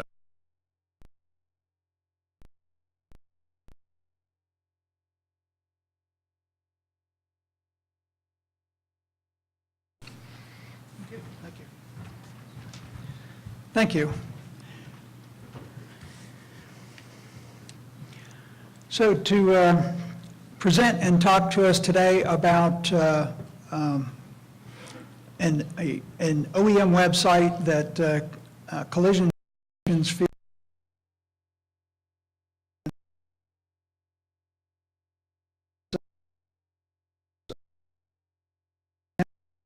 after sales for the body and exterior structures.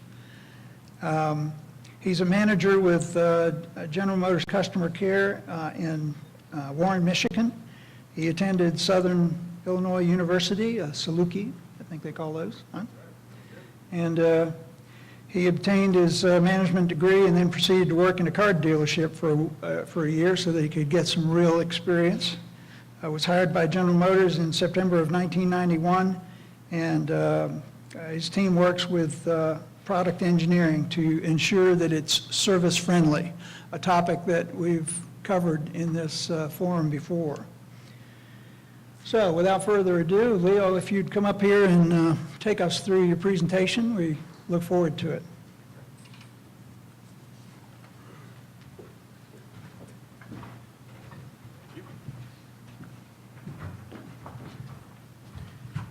Good afternoon, everybody. Thanks for your time today. Again, my name's Leo Gruzis. I'm the manager with General Motors Service Engineering. I'm in Warren, Michigan.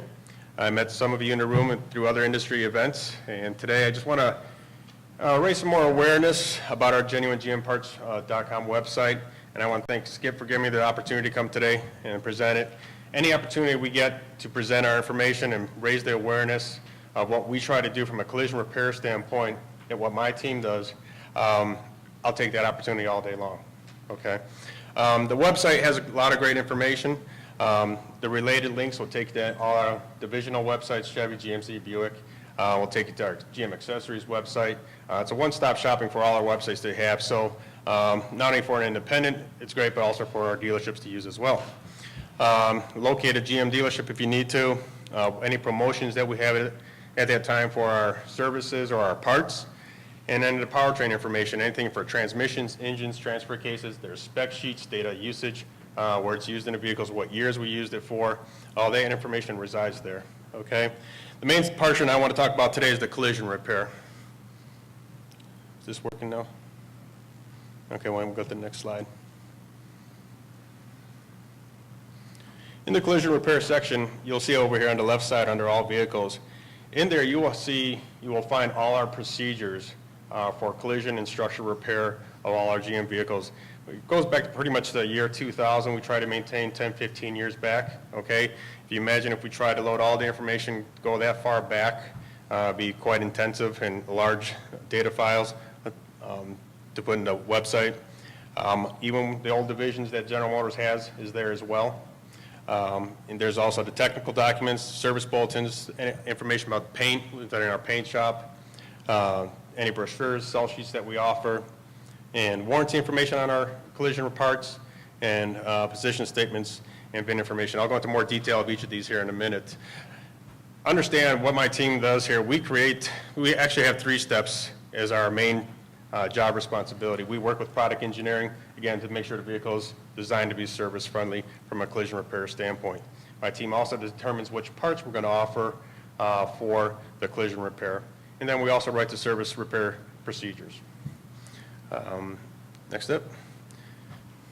Okay, this is an example of one of our procedures. This is the same exact procedure you will see in the subscription, electronic service information that our OE dealers subscribe to. Okay?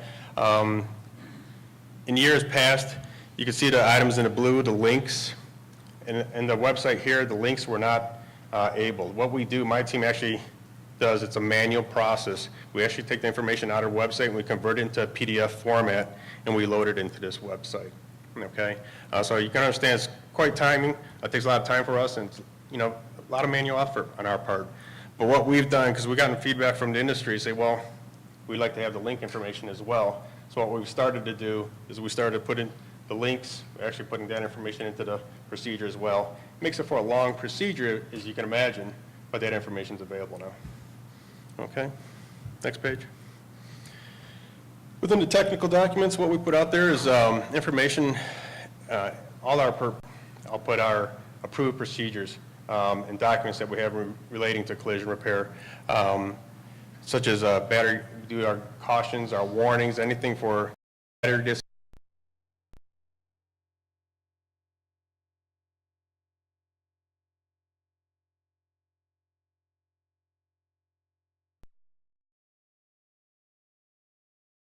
Statement on clipping vehicles or parts and metal panel bonding.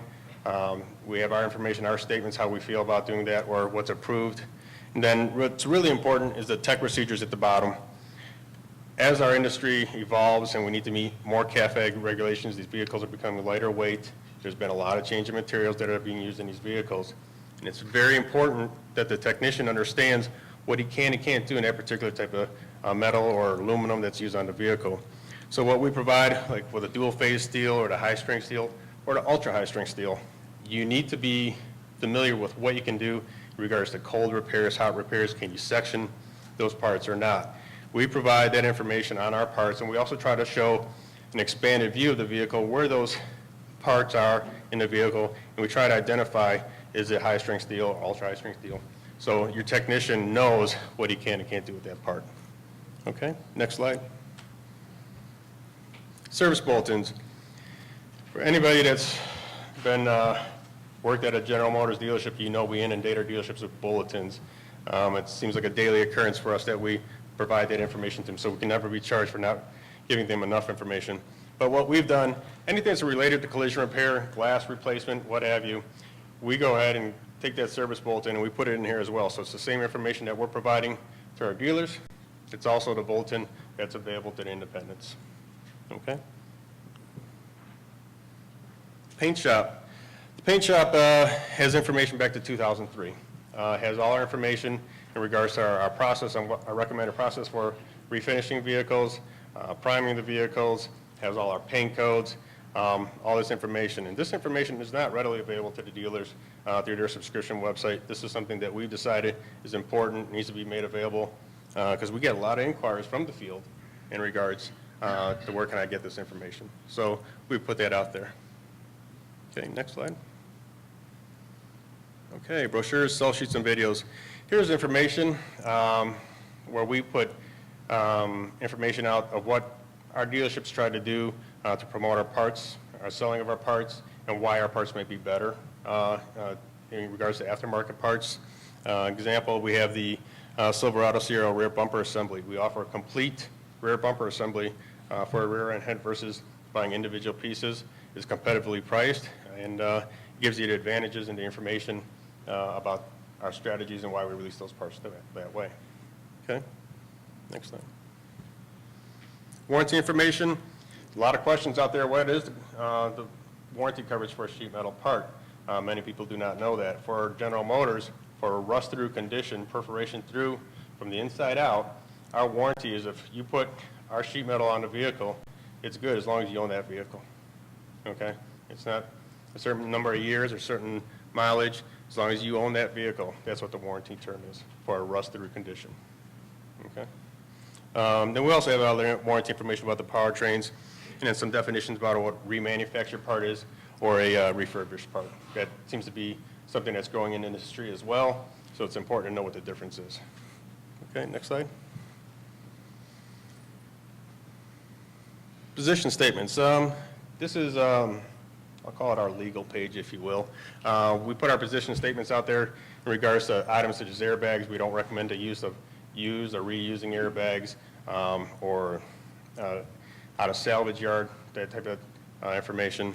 We also have part testing information out there. How our bumpers compare to an aftermarket bumper in a collision. We provide that test data so you can, make your customer more aware of why our parts may be a little bit more costly or what testing that they go through, okay? The advantages of our parts, and the testing information shows that. Okay, next. VIN information. We also provide VIN information on here. This is nice information to have. Not everybody understands what all 17 characters are for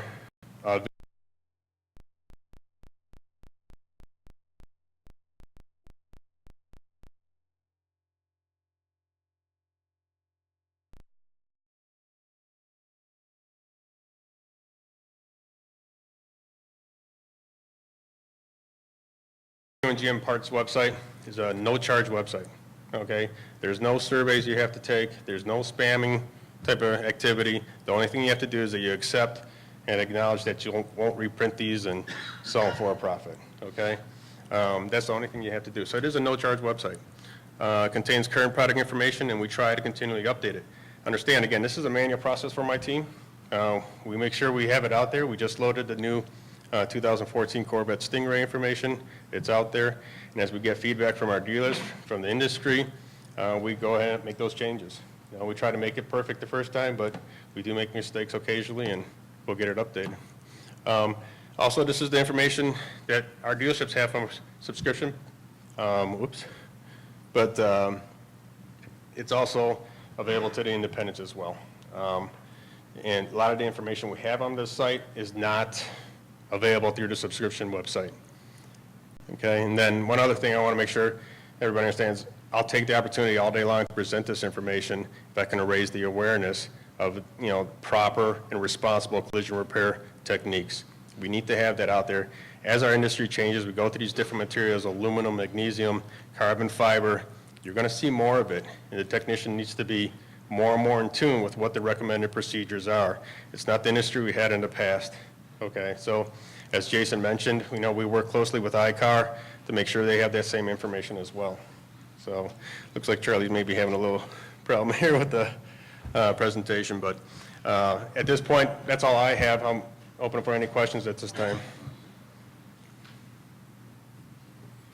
Yes, sir.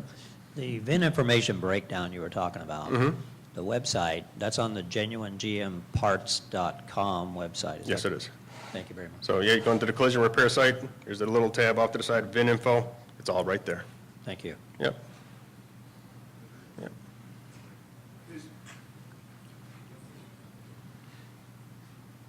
There's been a fair bit of talk today about counterfeit tools, and I'm wondering what GM's position or the OE position is on the Taiwanese body parts that are not at all spec'd out as OEs, but are frequently demanded by the insurance companies with direct repair facilities. Our position is the same as with the Tech 2 information.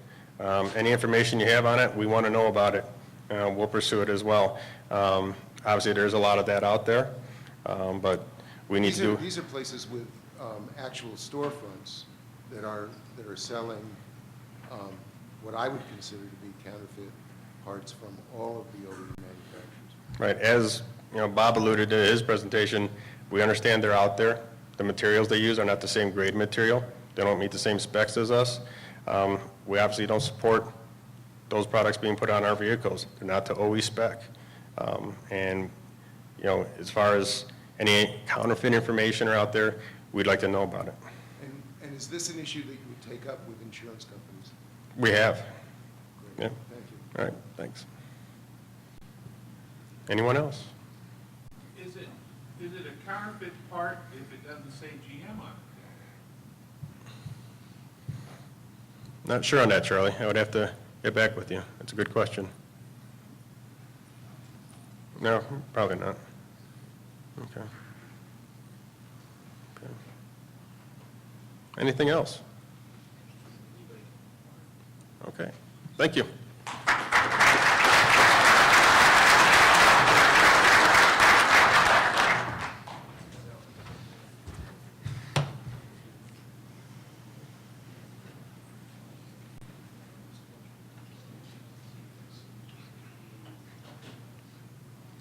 Trying to fix our advancer here. I don't know if the tool was turned on or off. Okay. All right. Solve that technical problem on the fly. For those following along on the agenda, you may notice next up was to be Tim Morgan with Spinisi. Tim Morgan and Bob Chabot are both my collision committee co-chairs. And one had an emergency and one's out of town, so they were not able to be here. Tim had a few remarks that I have no idea what he was trying to say, so I'm not even going to try to paraphrase him. So that takes us into the segment of the meeting that I call Talk to the Committee Co-Chairs. And our first committee then up will be the Vehicle Security Committee. The co-chairs there are Mark Saxenberg of Toyota and Claude Hensley, locksmiths. And Mark Saxenberg is under the weather, and perhaps he's watching online, so get well, Mark. And Claude Hensley is going to make a presentation for the Vehicle Security Committee. Thank you, Skip. Okay. So this works? The arrows should work, yes, Okay. as soon as he brings it up. It's not up yet. Okay.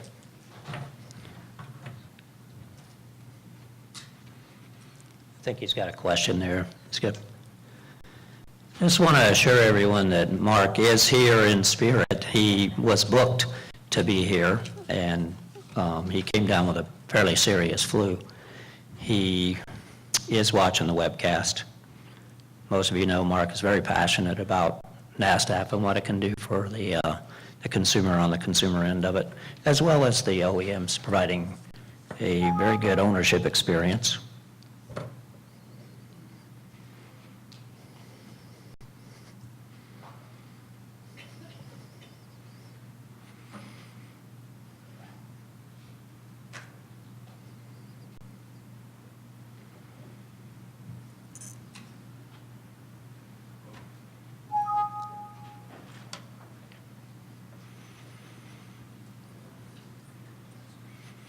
Should say VSC highlights. Oh, I had nothing to do with that. Yeah, Bob Stewart's on to me.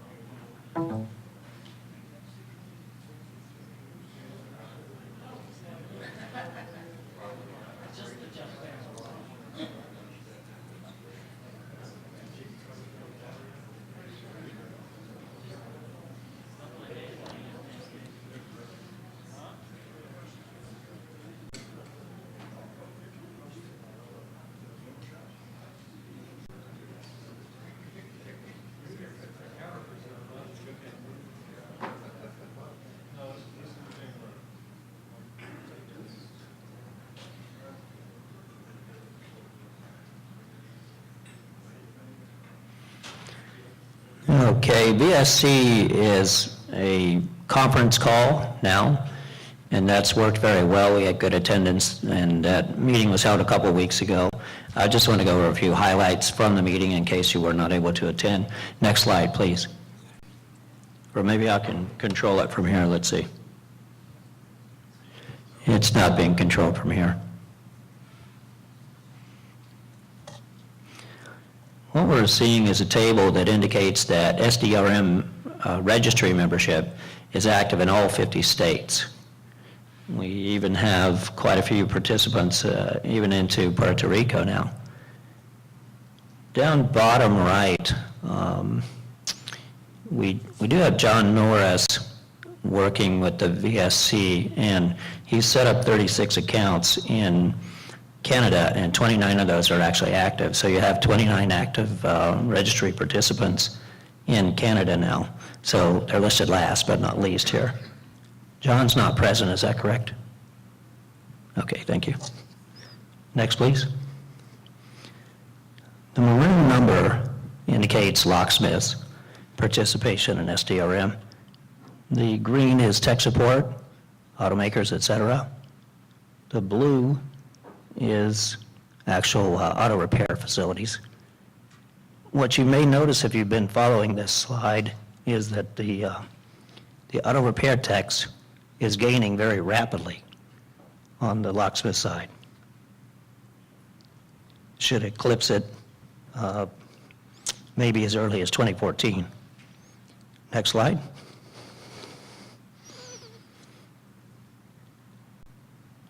Tremendous trend here.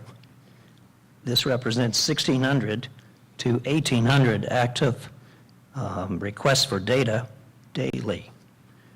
So you have as many as almost 1,800 being requested one day in August. Next slide.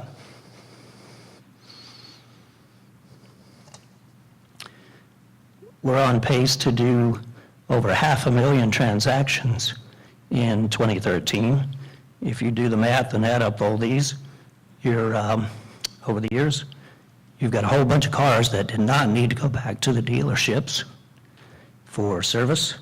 We are facilitating consumer choice here in a big-time way. Next slide. Claude, why don't you try to use the... Use it now?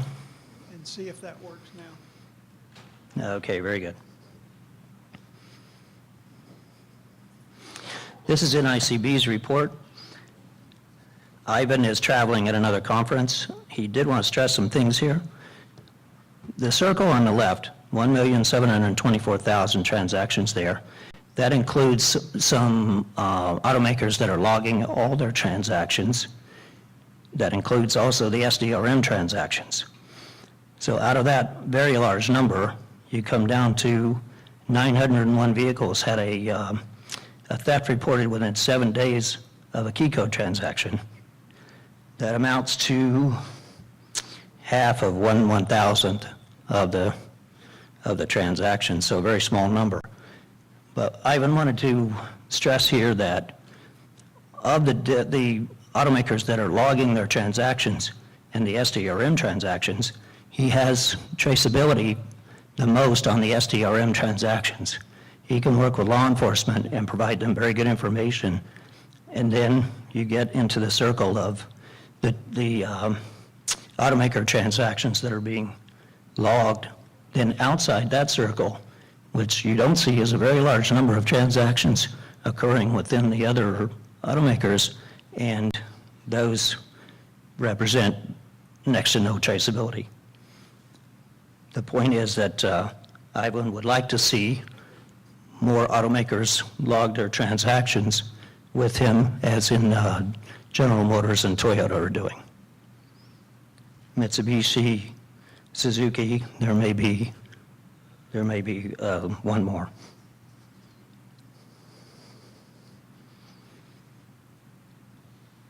Traceability. David Lowell has been working very hard to facilitate service to the registry membership, but he's also working very hard to enforce the terms and conditions of our agreement to use the SDRM. He has been stepping up audit transactions and has actually had 9 suspensions of accounts this year for failure to follow the policies. This is going to be a focus going forward into 2014 even more. So nice work there, David. That's all I have. Does anybody have any questions at all? Any VSC questions? Yes, sir, Steve. Thanks, Claude. One question. I know typically roadside services, insurance companies provide, they contract with locksmiths. Are those contract locksmiths, are they all registered with SDRM? Is that a requirement to contract like with AAA, or do they go outside the network? The answer to your question is there's not a requirement with any of the major motor clubs, none that I'm aware of. The intelligent thing to do for anybody that wants to service vehicles as a locksmith or as an auto repair technician going forward, more and more embedded security and PIN codes, et cetera, on the vehicles. The intelligent thing is to get yourself registered with NASTF and be a member of the registry and support it. Thanks. Any others? Any more questions? Okay, I know why this doesn't work. It's number 2. Any We're more all set? questions? We're all set? we return control to Skip at this time.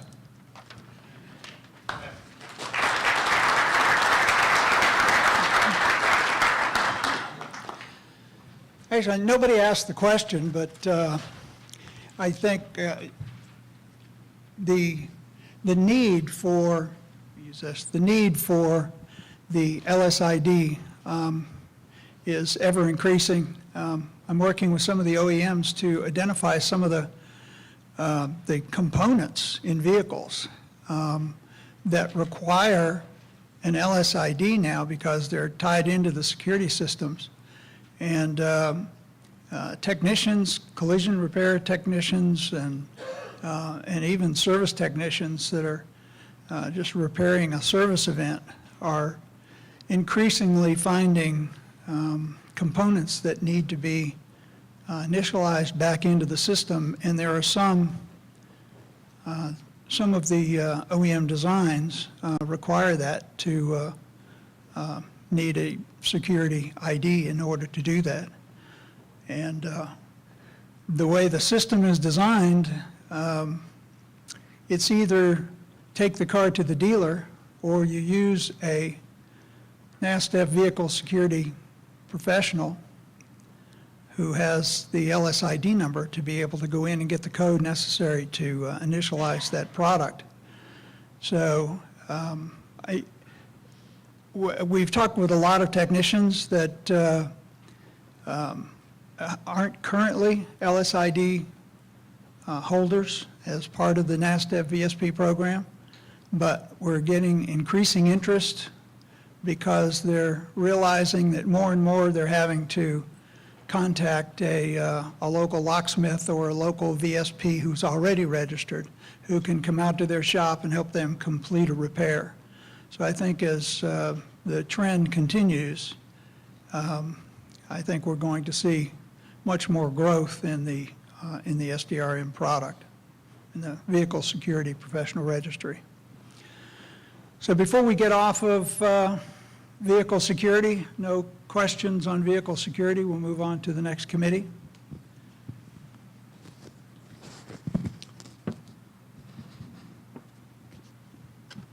The Education Committee is another committee that has been seeing some new activity this year, and my 2 co-chairs for that are Karen Miller and Rob Morrell.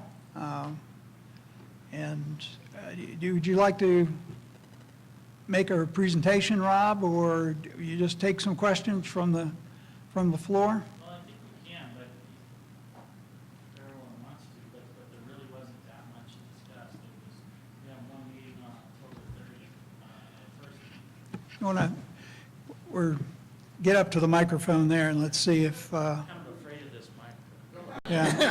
yeah, you should be. Afraid of it's going to bite or something. But we had our first meeting on October 30th. It was really... Get closer to it. I think that's the problem. Yeah, I know you're afraid of it. That but- was the problem. Yeah. So it was more for the committee members, the current committee members, just to meet each other, identify each other, which organizations that they're with. And then we started to go over a little bit of what kind of information each of us thought that we needed in the aftermarket.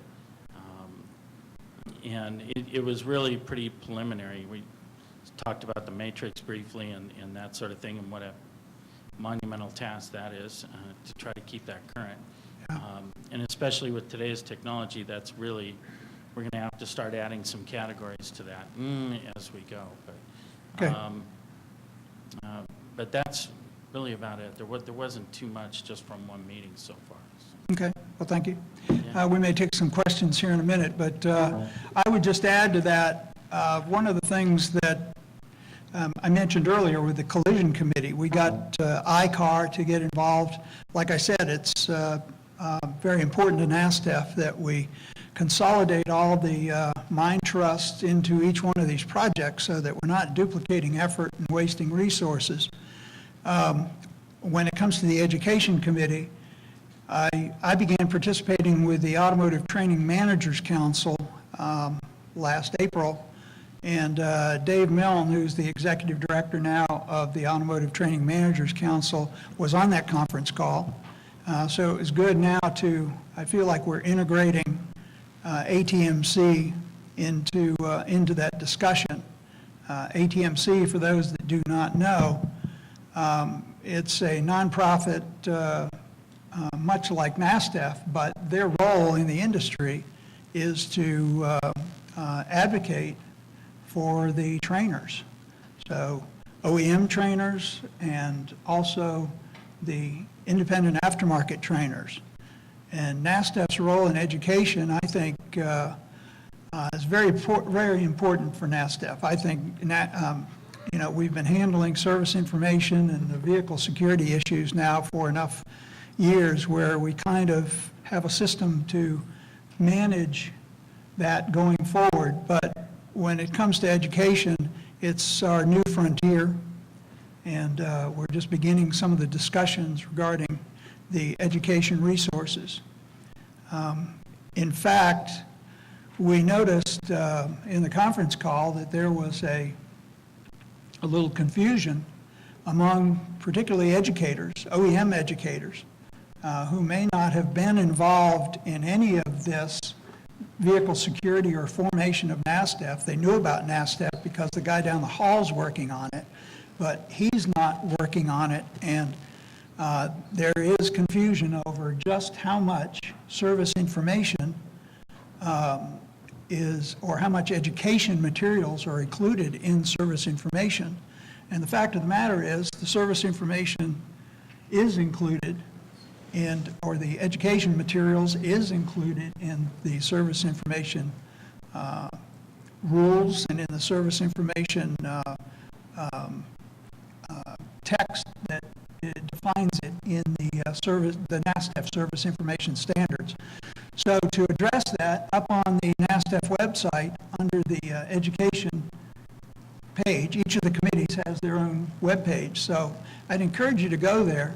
I can't remember the exact question that we asked, but we tried to provide answer to the question, what is it that an OEM is required or has agreed to provide to the independent technician? So you can go up there, and we've tried to link in the answer and tried to address that to begin addressing the confusion, I think, that may be out there. The rule is pretty clear, but I think some new people maybe to the process may not fully understand just what the intent is regarding education materials, education resources. So with that, any questions of the co-chairs, anything about the NASTF Education Initiative? Anyone want to join the committee? To join the committee, actually, I'll make this comment for, particularly for our web viewers. If you go to the committee webpage, there's an invitation there. If you want to join the committee, just click the link there. It emails me that you're interested in joining the committee. We're glad to add you. And I will say that we need some more OEMs in the education committee. So any of you OEMs out here that can go back and get your education people, encourage them to notify me. We'd like to get them onto the education committee. No questions about education. Our next committee is the Service Information Committee. And our two co-chairs are Steve Douglas with the Alliance and Dave Zwolina at Automotive One in Orlando. Is Dave here? Oh, there you go. Okay. Yeah, I saw you earlier.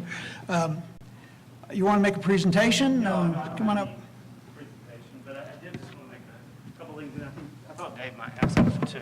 And just to have something to ask you. Yeah, just a couple things. You know, we started this, and it's interesting when I come back each year, and this is our 14th or year, I think, of doing this. And I see Mark Warren, he was there the very first day, and Frank Critch in the back with Chrysler, he was there. John Ternowski with Ford was also there. But we've come a long way. I mean, and the whole point, I think, when we first met was that, you know, we didn't know what the independents needed, wanted, had, and they didn't, and so it was just it was a big mix-up, and I think we've come a long way.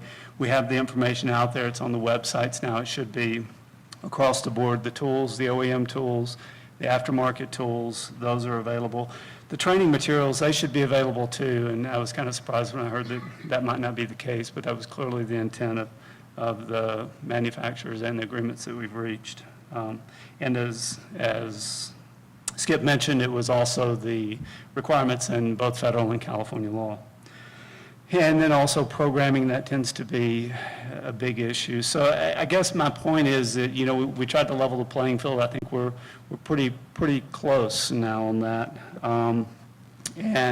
But the other thing, which I think is just as important, is the open communication between the OEMs and the independents in the aftermarket. So to that end, as I'd mentioned before, you know, you can file SRs, and it's very formal and all, but if you have a question, if you have an issue, I think my email, my phone number is either online or it's Skip has it.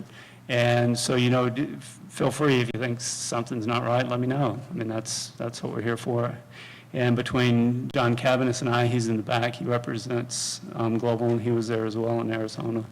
So between the two of us, we represent pretty much all the OEMs. So if you have something, if you have an issue, if you have a concern, let us know. That's kind of what we do. We've been doing it a long time.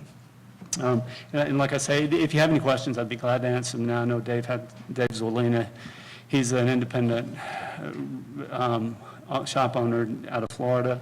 And that's what we tried to do with the committees, is set it up so we had a manufacturer representative as well as an independent, so we had some balance. And Dave's been the co-chair for 8 years, 10 years, something like that, a long time. So if you have any questions, I'd be happy to answer them now. Otherwise, I'll let Dave say a couple of words. Thanks.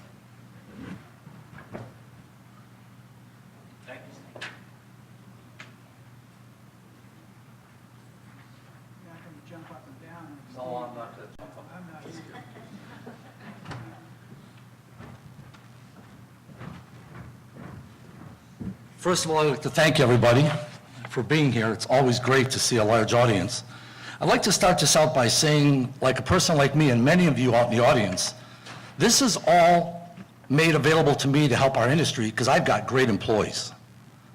While I'm here, my shop is still running, and I've got some phenomenal technicians. They get trained, they do it right. The manufacturers have helped me. We own factory scan tools. We fix these cars that are broke. We fix cars that come from dealerships. because of frustration and the lack of the one source that we're all going to be hurting on is we're getting an older repair society that's just going away. So we have to encourage these younger people to be very educated. With that, I got to thank Steve. When I got involved in this with the NASTF, I really believed that we now had an open forum where we could communicate with the manufacturer and show them that we really believe, number one, in their product. It all starts by someone's got to manufacture something. Well, after this manufacturing process takes place, this stuff comes to the industry. And the greatest thing is that we got this open marketplace. You know, Greg with AAA, I mean, I've been an approved auto repair center for a long time. I would like to see a little bit more strength in the program, which I'm hoping now that Greg is going to come on board, that we can have maybe a little bigger presence to help us repairers. But with that, I'd like to share just a little bit of information that I put together. Back when we started labeling, or if you will, numbering the SIRs, in '04, we had 6 service information requests. And over the years up to present, we're averaging about 60 SIRs a year. That's what we average. That's pretty sad. I mean, if we really want to be honest, that's pretty sad. We should have a lot more. That means that we're not reaching the repair industry or the people that are fixing all these cars to let them know that we have a product that's available to them that can make their job a lot easier. And it does make your job easier. The greatest thing for me has been involved. Bob Stewart, good example. He helped me with a situation, just like Steve said. I get the SIR, Skip calls me, what do you think? I called Bob, and it was about a Saab. I had no idea. Bob was, I don't think 24 hours went by. Bob called me back, he says, I have some information, I'm going to call Skip. And that's how this starts. There's a dialogue, if you will, amongst all of us trying to get the end result is a repaired car back to the consumer. And again, brand loyalty is a big thing to every one of you manufacturers out there. So if we can deliver that repair in a timely fashion and know that we can get the service, the repair information, the parts, and we work together, we all become winners. One last thing I'd like to share with you is trends. And this was really surprising to me. Over the years, and I talked with Steve about this a little bit, for a while, BMW, not picking on any brand, and Volvo was a large majority of our service information requests. We hardly even hear from them anymore. So does that mean we're not repairing these cars? We're satisfied, the repairers are getting better at what they're doing? But one thing that did kick up, I noticed in the last year and a half, is Mercedes, because we brought up the TRP issue. So with that leads into trends. And what I found this year that we're in, the trends pretty much are navigation of the websites. We're seeing a lot of those types of service information requests. Security issues, back to TRP related items like that. And programming. Programming will never go away. We're going to have to increase the knowledge base of these entry-level technicians to understand what's required, and more so exactly about clones and these, how should I say, fraudulent pieces of test equipment. That's where a lot of it comes from. We are skewing good data by using bad equipment. So that particular vehicle that comes to a shop like mine, when we get it there, we do exactly that. I really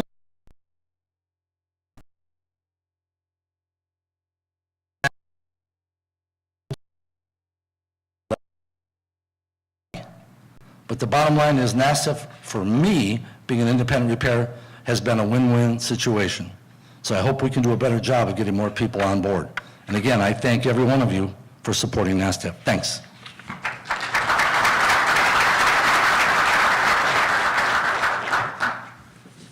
Thank you very much. One of the other issues in the Service Information Committee that we began to address this year was the issue of OEM scan tools. In previous years, we weren't really sure where to put the issue of OEM scan tools, and it wound up getting discussed in the Equipment and Tool Committee. But I was reminded in a discussion a few months ago that the Equipment and Tool Committee was really set up to interface between the OEM technical engineering staff and the tool makers that actually make the aftermarket tools. So NASTF here recently has consolidated the activities regarding OEM scan tools, which is really covered under the Service Information Agreement. So you'll now, when we begin to discuss OEM scan tools, it will be discussed in the Service Information Committee. So with that, we have Donnie Cipher of Cipher Automotive, who has been engaged for a long time now. I would say he's begun to make some progress in the last 6 months, but I think he's been involved in indexing OEM scan tools for a number of years, and together with the ASA Service Operations Committee, we are very soon to announce access to a website guide that will help our visitors, the NASTF visitors to the NASTF website, to be able to locate and purchase and learn about the OEM scan tools that are available. So you've seen those when you get at the end of a TV show or something, and the producer's standing over there going like this, That's kind of what I'm doing here. Donnie's in the back with the AV tech, so we're trying to get this, trying to get his presentation up.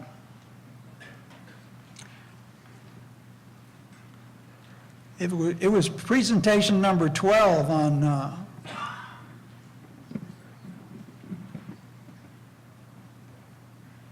oh, he added new slides, okay.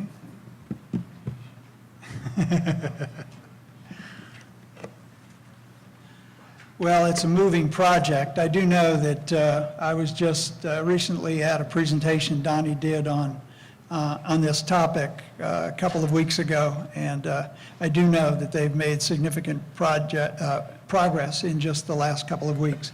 So let me bring up actually a member of the Equipment and Tool Committee, but also owner of Donnie of Cipher Automotive in Colorado. So glad to have you, Donnie. Thanks, Kip. So what we've got in front of you is I've got 3 manufacturers I want to show you. And the reason I'm showing you 3 manufacturers is we had this epiphany as we started assembling these things that we can't do them all the same. So we're having to do each custom, basically for the tool in a lot of cases, sometimes for the OE. One of the most difficult challenges that we ran into, because I built this little spreadsheet that seemed like it would be generic and fit everybody, was that we determined that that was going to be really an unfriendly way to display a European scan tool. Many of them use what's called guided fault finding. So that means in the case of Volkswagen, there's about 15,000 tests embedded in the tool. That reasonable number, Kurt? So Kurt and I went through this whole operation because we were sending out these matrix to these guys that said, I'll do the Volkswagen tool, and then I'd never hear from them again. So when I'd email them and say, well, what's the story? They're like, we can't figure out how to fill it out. So we went back through, looked at the tools again, and said, okay, now how can we do this? And not make it so monstrous that, it's not going to be useful. So this is the Volkswagen Audi version of the, and by the way, I'm not allowed to call it a matrix anymore. So this is now called the Scan Tool Resource Center. Our den mother, who, by the way, I'd like to introduce real quickly, Auto Shop Solutions back in the back, Danny Sanchez and Margaret Klemmer. Margaret, you need to give her a hand because she's moved this thing further in 8 weeks than we've been able to move this thing in 3 years. So.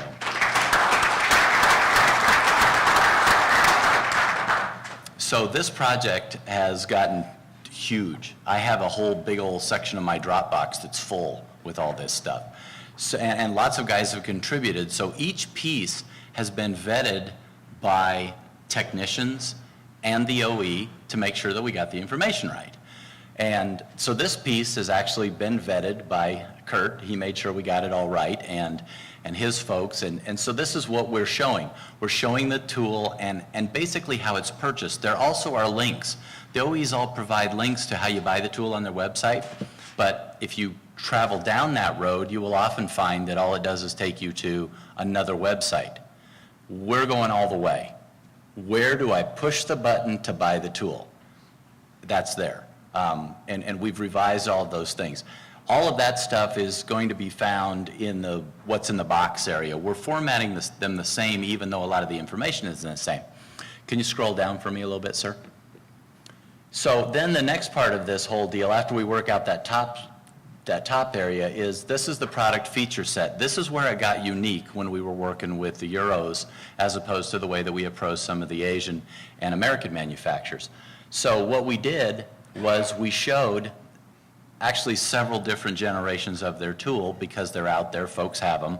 And we had originally said, well, we're going to do all of the tools that are still out there that are relevant to the cars that independents are working on. And so with this particular one, what we learned was, well, it's sort of an evolving tool. And there's just a few things you need to know about if you've got one of the older ones where you're going to run into an incompatibility working on a newer one. So if you scroll down just a little bit more, I'll show you where that thing pops up. See, they're all doing the same things until you get to that one spot right there where Volkswagen has J533 vehicle functions. Those are unique to the newer vehicles, and the older tool won't do those things.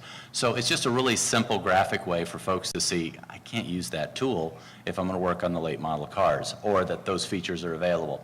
And then in this particular case, we talked about vehicle self-diagnosis and how they go about it, rather than trying to list all 15,000 tests, because we didn't think that'd be that useful to most people. Okay? Use the forward or backward button arrow, and that should take us to the next one. Okay, the Ford tool, which has been my poster child for this whole project all along, has now been updated, vetted by Ford Motor Company, and it's done too. So we'll just kind of run down it quickly. Same kind of things. We've got the tools picture so that you can see what's in there. Same format again. What's in the box? What are the recommended packages as far as what you need to have for tool? The laptop. In this case, what I'm doing is giving them the vehicle manufacturer's recommendations. Some manufacturers sell the tool with the laptop. That's the way it comes. We're mentioning that. If you can use your own, we're giving you the specs so you know where you need to be. Go ahead and come down a little bit more.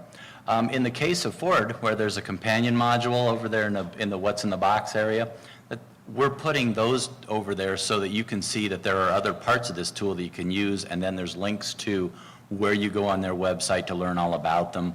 And then okay, well, if they're talking about this vehicle measurement or VMM module in their service information, now you can come back here as a reference and say, well, what does that involve? Is that something I need in my business, or do I already own tools that do that function? And then the same thing, if you'll arrow down a little bit more, this is the product feature set, and this is sort of the generic thing that we came up with. Go a little bit more. In this case, because we knew that they had a companion module that does a lot of the things that are in their service information, we showed what specific operations the VMM is required for. And then we showed the VCM, which is, for the tool folks in here, that's the VCI that Ford uses, their vehicle communication interface. So we're doing this sort of format with the American and most of the Asian manufacturers because it fits the way their tools work pretty well. If they integrate directly with service information websites, that information's in there. So we've tried to give you lots of information on the fly, and then again, the links go all the way down to the root source of where you get that information rather than going to like a high-level spot, which means we're going to be maintaining these all the time. But that's part of the things that AutoShop's going to do for us, is they're going to keep this thing current all the time because we know what we've been through in the past. Our matrices have not stayed current. I want to show you one more real quick. Whichever direction, forward or backward, I can't remember where you're at in the deal with the arrow. Use like the left or right arrow. I'm using big pictures because we took a screenshot of the entire image. Is the arrow keys not taking you to the next slide? Go back the other way then. It's not real critical, but I wanted to show you. Suzuki's tool has a more fundamental set of things that it does. So their tool's got a pretty small matrix, which is fine. It's already been vetted by Suzuki that we got it right. They've got a new tool coming out. That one won't be up until they say, pull the trigger on it. But we've actually already got that tool done and ready to go when they release the tool sometime next year. So that's what we've got. I'll be happy to answer any questions. And I've still got a few manufacturers that I don't feel like we've done enough checking by technicians who use the tool. And, but we've got 85% of the cars manufactured and sold in the United States covered now. Okay, go ahead. Questions? Wait, Donnie, when do you think we're going to be able to launch this on the website so that people can begin seeing it? Yeah, sorry, forgot to mention that. We'll be done with this and ready to go first of the year. We're just finishing up a whole bunch of stuff, and now that we've sort of got the formats all laid out, Auto Shop Solutions is working on the technical things that make this maintainable so that this isn't something we have to take down every time we want to make a major change. So, Mark? Donnie, I noticed on the Ford it says it supports Windows XP and Windows 7. Right. Windows XP support ends from Microsoft April 8th, 2014. Right. How many manufacturers have moved away from the XP support, and what about J2534? I mean, is everybody pretty much moved to 7, or a lot of people that are going to be dependent on XP after April going to be in some trouble? There are some manufacturers I currently have data back from that are still on XP Pro. And so that's going to be a problem. I guess it won't be any more of a problem than running the previous Windows was, other than there's no support for it. So Ford asked us to put both operating systems up, but they've basically moved over to 7. They'll still support XP, or at least the tool will run on it. But yeah, your concern is noted. I put one tool, well, in the case of Volkswagen, they're getting ready to migrate over to 7, and some of their information says they're on it already, but I have it on a very good authority. They're not there yet. So that's why we put up both. So really this information is going to try to be more current than anything else that you'll be able to find. And we'll have the site up and running in January, so everything that we've got will be there. Okay? Anybody else? Well, for those of you OEs in the room who've helped me, Valerie, several of you, Bob, he's always a help. But for all of you who have helped me get this stuff up and running, I really appreciate it. And you know, I did, but I have it on the web. I'm not sure if it's going to fly. I wanted to show you. There is a home page which has the manufacturer's logo on it, and that's quite an ordeal to make sure that everybody's happy about us using that and how we're using that. So they've got their logo, and then it lists the tools beneath it that they have. And fortunately, we've got a guy in our group, Pete Rudloff, who's probably used every scan tool on the planet. And so he's developed a lot of the older tools for us. He's done the matrix for those. So we've actually got tools that go back quite a ways. I mean, we got Master Tech in there. So we've got a lot of stuff that backs up quite a ways for some of the OEs that were using that tool. Thanks, Donnie. Okay. Just a quick one. Have you thought about doing this in a wiki? Not a special. I approached Auto Shop Solutions with how we wanted to set this up, but no, we hadn't really thought about it, Charlie. Because that would allow several sources to edit it as it changes. And right now that possibility is there. We're going to give Skip the ability to do it, and we'll have the ability to do it. We're going to pay Auto Shop Solutions to do it, to keep it up for us. They'll do quarterly updates. So as a tool comes out, I'll have Skip put an email out to all the OEs saying, we're going to do an update at this time, so get your stuff in by then.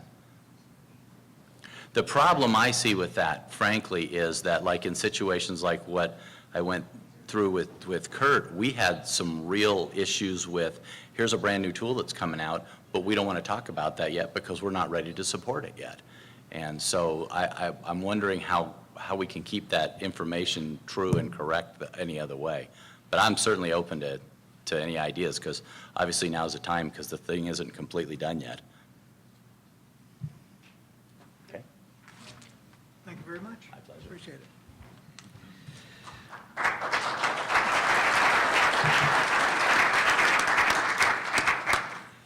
Yeah, so keep your eyes on the NASTF newsletter. Obviously, we'll, when this is ready to go, I think it's going to be a very useful feature. And as soon as, if I understand correctly, when we get enough mass together, we'll begin to roll it out. So we won't wait to get all OE tools set up and online before we begin to roll this out. So maybe we'll shame the others into participating, and once we get a handful of these set up.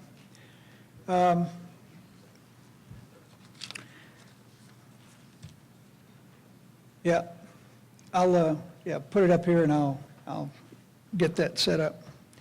The next committee is the Equipment and Tool Committee. Greg Potter and no relation, by the way, Greg Potter of DG Technologies, and Donnie of Cipher Automotive, again, are the current co-chairs of that committee. And this is another committee that has been re-engaged this year to look at a lot of the issues that the tool makers are dealing with, and how to actually use NASTF and what NASTF can do to help the tool makers and the OEM connection that they have. So, Greg? I just want some more people to join me up here on the stage. And thank those of you that have stayed around here. The meeting started small, got real big and overcrowded, had to bring extra seats, now it's thinning back out again. But thanks those for hanging in here as he works to bring up the presentation. Essentially what I'm going to talk a little bit about is something that started very early in NASTF, and that was trying to identify, again, gaps in information. But in this case, it was specifically the gaps in information on scan tools.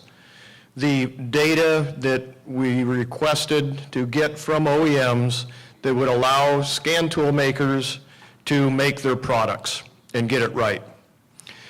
So very early on, Charlie and one of our past associates, Keith Kraft, spent some time, it's not the right one, spent some time to put together what we've called the matrix, or the scan tool data matrix. And we tried to do a little bit about what I seen some pictures earlier of, tried to lay out a simple matrix that would allow people to say what is the data that they provided, for what vehicles, for what modules, for what engines and transmissions and all that.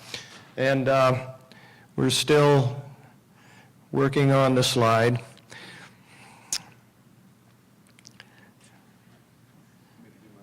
And we're up, okay.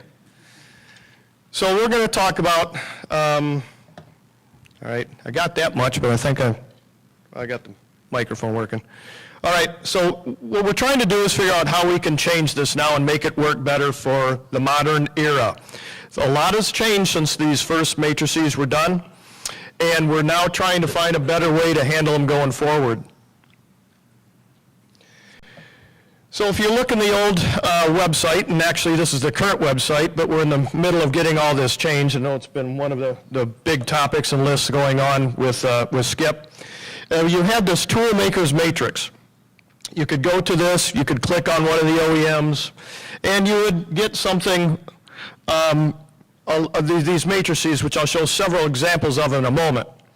But what we did is we requested the OEMs to fill out these matrices on what the information they provided everybody. And we gave them a template, and it was kind of a raw template, but we asked them to try and figure it out. We limited it into categories on the first issues to code fault information, the data parameters, the functional tests, and then underneath that in the sub-functions, we had tried to have them tell us whether it was provided in the dealer equipment and also whether they made the information available for tool manufacturers to be able to put it in their own tools. Here's an example of one. So we had Suzuki, their matrix, they put their update in it. They'd list their vehicles they had, the years, the systems, and then give you some yeses or nos of whether this information was available. And it really, nowadays, for the tool manufacturers, this really doesn't do us any good.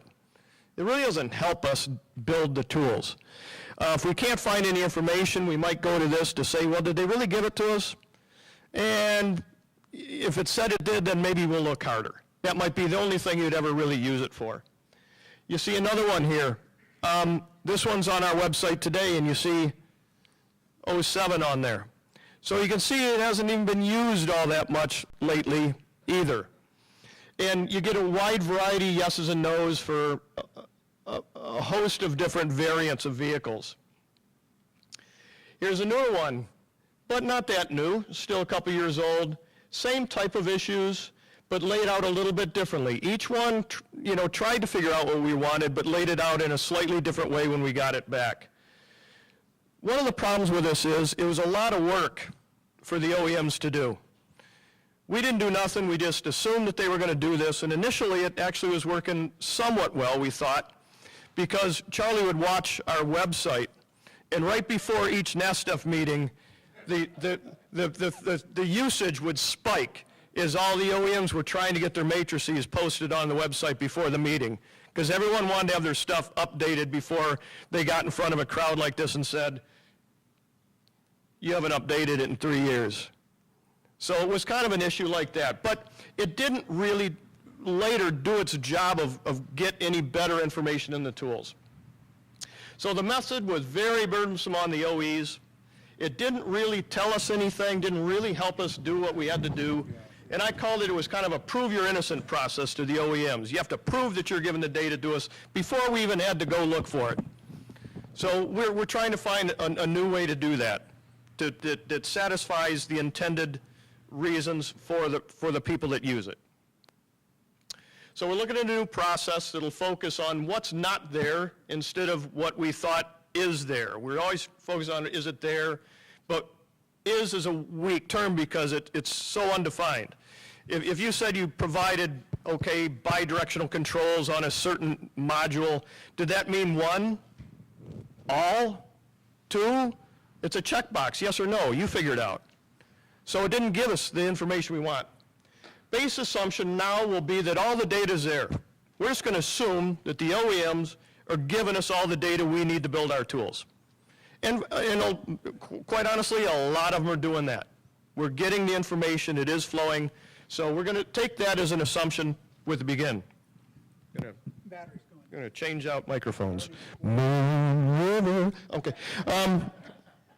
So ETI will drive the process because ETI, for the most part, it's ETI members that are using this information. Now, if you're not an ETI member, it doesn't matter, you can still get involved in this, but for the predominantly, it's ETI members that are using this information to make these scan tools. So we'll drive the process of identifying what may be or is missing, and we'll make that driving the ship instead of pushing the OEMs up front to tell us what they gave us and whether they gave it to us or not. Input forms will be driven from the aftermarket scan tool makers, not the technicians, et cetera. The people that use that data, that implement it into tools, are the people that are looking for it and need it. Those are the people that will drive these, identifying the gaps.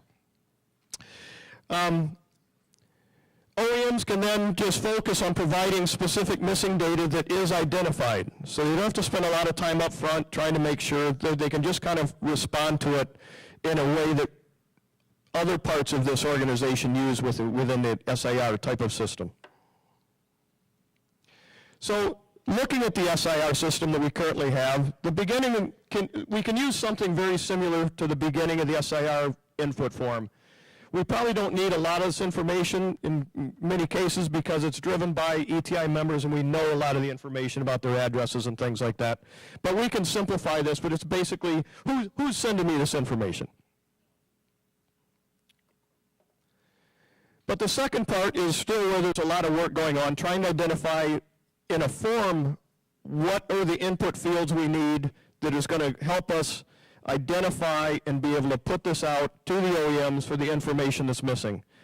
Right now there's something like description of the issue you're having, what is the consequence that is doing it. We'll go into details on each of these a little bit. Specific model, other possible affected models.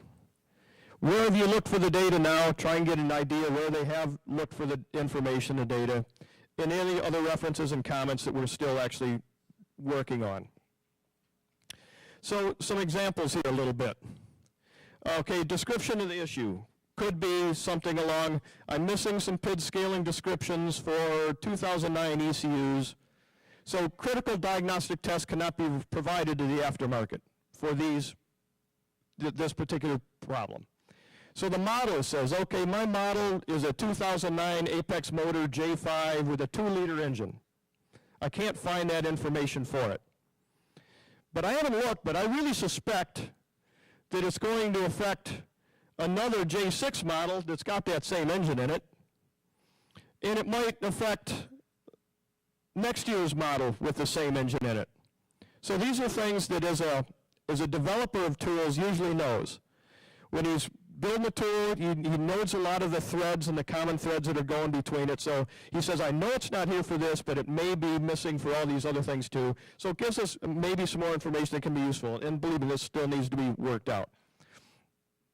So where'd you look for the data? In this case, we'd have teasers in the fields, little grayed out areas in the fields that will kind of help guide as to what we're looking for those. It would say, please describe where you've looked for and expect to find the data in there. Then you can just type right over it, the grade goes out and it says, I looked in the ETI TechNet library under AAPEX motor 2009, 2010, 2011 Tech Week, and the document that I usually find this in is called 2009 ECU Communications XLS. That's usually where I find this data, but I can't find it. So now that can be added in, and then other references. He says, well, I did find this data I'm looking for in 2008, but I can't find it for 2009 or newer.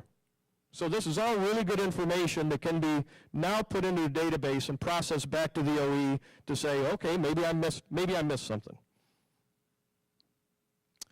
So the input form would be created a database, and that would be emailed to the scan tool group chair and the technical chair of ETI. They can basically attempt to try and resolve it by looking for the information, calling some other people within the organization that might know where it's at or have found it or might be able to help, and see if they can find any information and attempt to resolve it, or obtaining it, going right to the OE at that point and asking for it help as well. We're looking for this, did you provide it, can you give me any guidance where it might be hidden? If it's not found or provided, and the ETI scan tool feels it should be available, then we take this scan tool information request and kind of re-enter it now into the NASTF SIR type system where it gets posted up and gets handled in that system. The OEMs will then be asked to respond to the request as they do a typical SIR. But the other part of it up here is all driven within the ETI organization. This new system hopefully will become much more functional and accurate. It'll relieve the OEMs of some what we would consider possibly unnecessary work. A few OEMs here might know how much time they put into those matrices or not, I guess, and how much, but it relieves you of having that. They're outdated.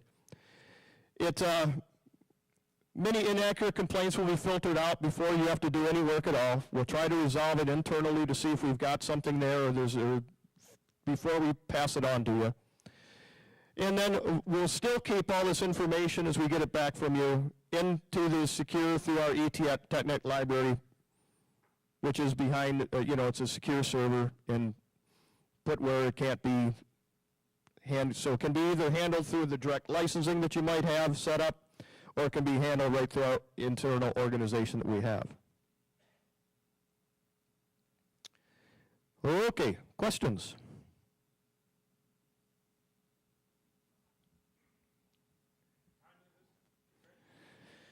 Timing. I think the input form is in work, but what we have to do is actually get a proposal together to go out and find someone that can do the database work that we're trying to do in the back. So we're trying to actually draft up what we need done, and then we'll have to go into a stage where we go out for a request for quote to get some work done on the back end of it, the database piece and how that goes. But I'll let Charlie. There's a straw man that's going to be put together for this, and we are actually scheduling a Tool and Equipment Committee conference call for November 27th, I believe. So anybody that wants to get in on that discussion and part of this.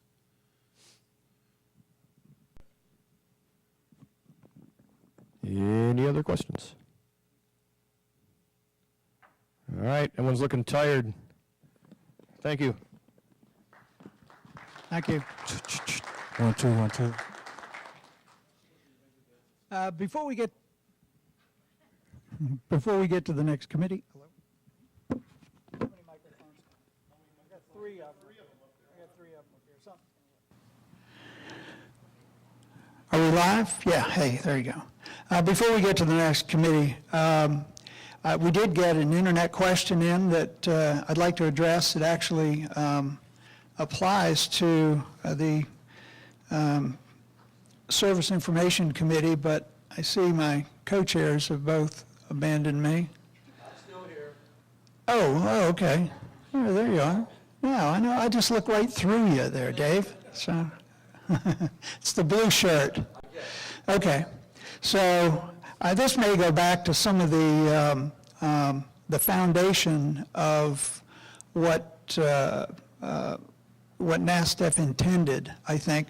The question is this. Why have there not been standards set for the quality of the service information? That was the question that came in, but I'm wondering if what they really mean there is, are they questioning the quality of the service information that they're getting from the OEM?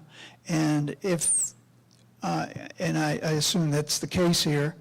So I guess the question really is, could there have been standards or a definition of the quality of the service information?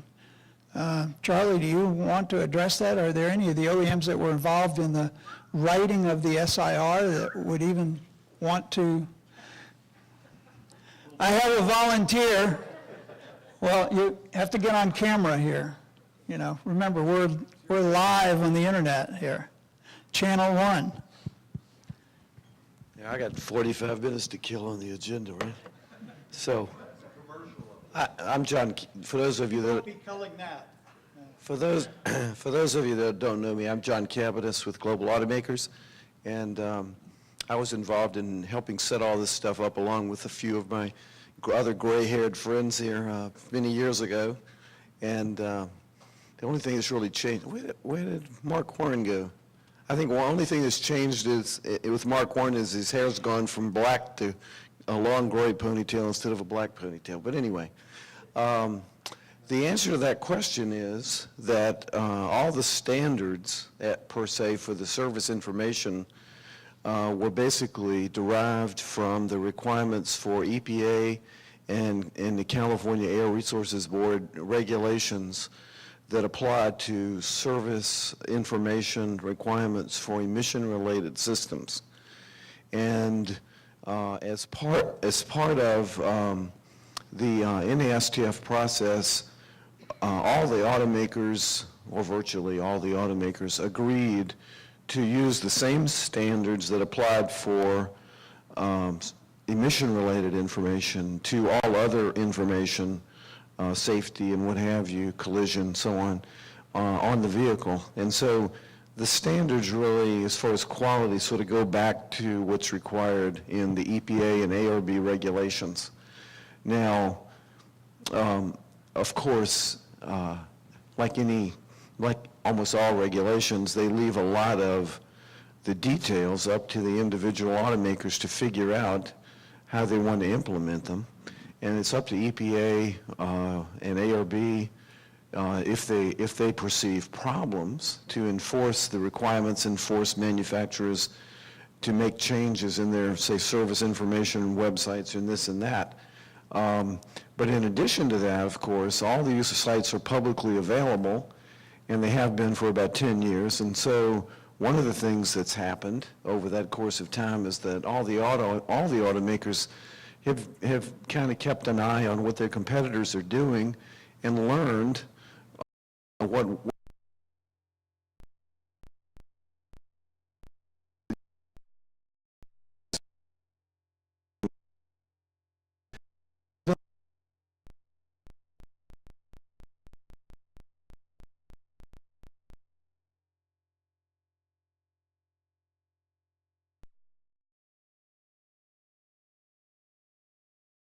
feedback that they're getting from users about things that need to be addressed. But the actual standards go back to EPA and ARB regulations that were adopted roughly about 10 years ago. There's my friend there, Mark Warren, coming back now. Okay, does that take care of it? I think that takes care of the question, but while you're up here, John, you might as well start, and you cannot have 45 minutes. Oh, darn. But the Communications Committee, for those that don't know, the Communications Committee of NASTF is charged with actually the marketing of NASTF to the industry. So it's kind of an operational function, but one, obviously, it's been mentioned a couple of times here, how we need to get the word out about NASTF to the entire industry so that they're aware of our systems and our resources that are available, and to be able to participate in the conversation with the OEMs. So with that, I'll let John update you on the activities of the Communications Committee. Okay. A lot of the things that people are going over, have already gone over today, are things that sort of stemmed from three projects that we had going back, I guess, about a year ago. Soon after Skip came on as executive manager, director, or whatever his title is. Slave. That's it. At any rate, we identified three core things that we've tried to do in communications, three tools, so to speak. One was the website, which has existed in one form or another going all the way back to 2000. But clearly at the time, again, a year ago or so, it was in desperate need of updating and refreshing, and a lot of that has happened, and it's continuing, as you've heard, different committee people describe their efforts. So the idea is that we want to continue that. It's work in progress, and we are seeing light at the end of the tunnel, of course, but the idea is to continually improve our website so that it's providing good references for, our clients that are basically the service industry, and helping them get the tools, the information, the training materials, whatever they need. And so, one thing that would help us is getting feedback on exactly what your needs are. So we continue to have those needs. Be sure and let the committees know, let Skip know. I can give you Steve Douglas's home phone if you don't have it. But keep us informed. If you see a problem, don't be bashful. We'll try and deal with it. Another thing that we've done is a newsletter. That's another tool. And Skip has sort of taken that under his wing the last year or so and refocus the newsletter. Bob Chabot did a great job of getting us started with a newsletter going back a couple of years ago, but due to some changes with Bob's situation, he needed to sort of move out of that, and so Skip took it over, and we decided that it would be better to focus it more directly on NASTF-driven material. And so now he's issuing a newsletter about every 60 days, I think, right? Every month, okay. Geez, I'm behind on a couple of issues. That's how I lost this eye, was editing that stuff. But anyway, it does. Anyway, so anyway, he's putting out this newsletter, which is, I think very good. It's on point. It's giving us good information about what we're actually doing, focusing on at NASTF. The third piece is, and this is sort of something that is more the modern era. A lot of you younger folks in the room are probably big Facebook users and all that stuff. And I'm not me so much. I'm too old. But got too many other emails and stuff to worry about. But Scott Brown of IETN did a lot of work to help us get, in the social media realm. And he and Skip work together to keep our Facebook account with meeting dates and all that sort of stuff up and running. So it's another effort, the sort of the third prong of the stool that we're using is our social media. Now, so we've been doing those things for like the last, say year, 18 months. But looking ahead, and I think this is important, we heard today, we need to reach out to more folks. We've been saying that forever. We started this in 2000. And even before that in Arizona, we had some work going on for a couple of years. So, it's been a lot of water under the bridge in all that time, and we've made a lot of progress, as people know. But there's a lot more that we need to do, and a lot more people that need to know about what we're doing and get involved themselves. So we've made a continual effort to try to use our volunteers through organizations like ASA and ETI and many others, to get the word out to their constituents. Recently, and again, for those of you that are paying attention to what's going on the right to repair front, recently we've had a breakthrough in Massachusetts with a bill that was passed there. In fact, they were so lucky they got 2 bills passed. So now they have to reconcile what they're doing. But we're optimistic that is going to come to closure before the end of the year, and that we're going to be able to use the right to repair law in Massachusetts as a 50-state solution. And so with that, we need for that to happen first so that we can sort of launch our efforts. But our plan is to use that, which is going to be a huge step, I think, for everyone. And we'll use that as a launching point, since NASTF is actually named in the legislation in conjunction with one of our biggest successes, the secure data release model. And so our plan is to sort of rally the troops. The first, hopefully we'll get this started if we get this through in Massachusetts by the end of the year. The first quarter of next year, we want to put together a campaign, media campaign, and sort of get help regionally around the country, including, important groups like NASTF, obviously helping us in the Northeast, Massachusetts in particular, but other states in the Northeast, and then and bringing in other parties that they, I'm sure, know that can help, doing similar things in other regions of the country, and bring in some of the groups like, AASP has some strong programs in some states, ASA has some strong chapters in some states, and so on.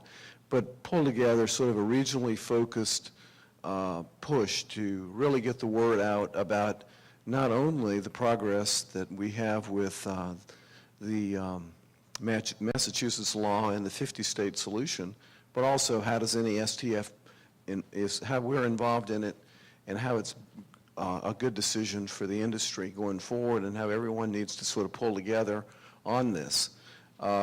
We've got lots of good data that you saw some of it earlier when Claude gave a description on the Vehicle Security Committee progress. And, what we'd like to see happen, obviously, is, more OEs embrace the SDRM for more functions than they're using it now. We'd like to see more OEs using the NICB review process the way Claude described it. We've got 500,000 entries that are in there now, uses that are through OEs, but there's no reason why all OEs couldn't use the system and increase the security overall for every transaction that's done through dealers. And it doesn't require them to be LSID holders, so there's no real cost for them to be involved in that. So we want to see it expanded. That'll, from the OE standpoint, that will make it even more desirable for the collision shops and the mechanical shops, as well as locksmiths, to want to be LSID holders and help us just continue to grow this system. As Claude said, we've got 1.25 million transactions now under our belt, and a handful of problems that were identified, with thefts. And it's just been phenomenal how much success we've had. So we want to use that, build on our strengths, and launch into a program early next year. And we're going to need everybody's help. So we'll be in touch. So that's kind of the rundown. Still got 30 minutes to kill. But if anybody's got any questions, I'll be glad to answer them.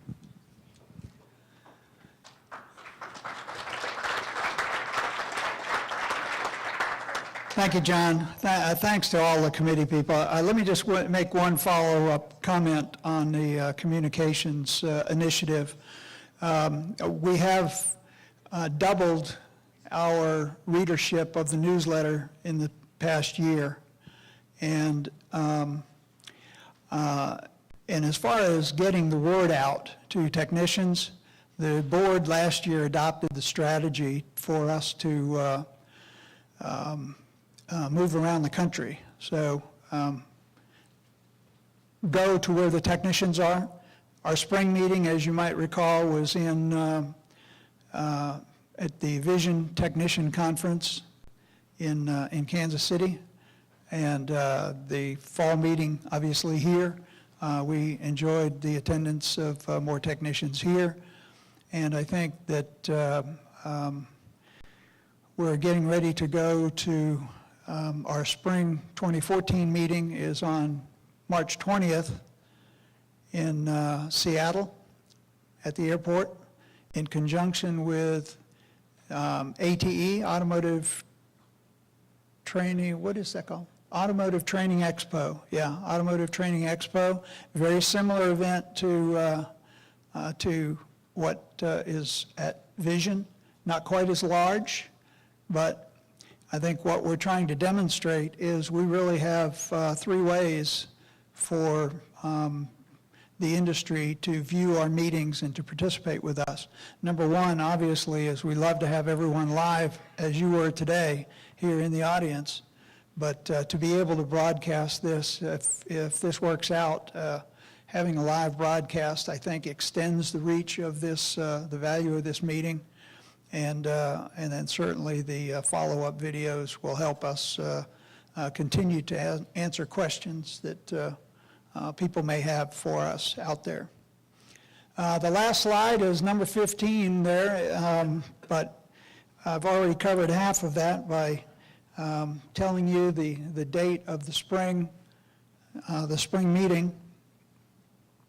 I just want to point out, as you talk to, because I know all of you get the newsletter and you are in the database, so I know how to find you. It's finding the other people, both at the OEMs and in the industry, whether they're technicians, shop owners, or what else. There are a lot of people that should be keeping up with what we do, and if they will just go, if you will just have your friends go to the NASTF website, or just type in nastf.org/getNASTF. Get NASTF will take you directly to the registration form, the sign-up form, and that's what we count as our membership database. Get NASTF is membership in NASTF is free for just getting the newsletter. And I tell technicians too that I've heard enough comments from the OEMs to know that they look at that number too. And it's important that we get participation in the industry and we can record that participation and look at that list. I think there's a wow factor when we can approach manufacturers who may or may not have been involved with us very much, but to be able to turn to them and say, we've got 25,000 technicians and shop owners that are getting our newsletter and are interested in what NASTF is doing. That's really where we should be. That's where we have set our sights. And it's our current members, really, the devoted ones, our board of directors, who can be most influential in growing that population for us. I don't want to get out of here without giving people the chance to ask me questions.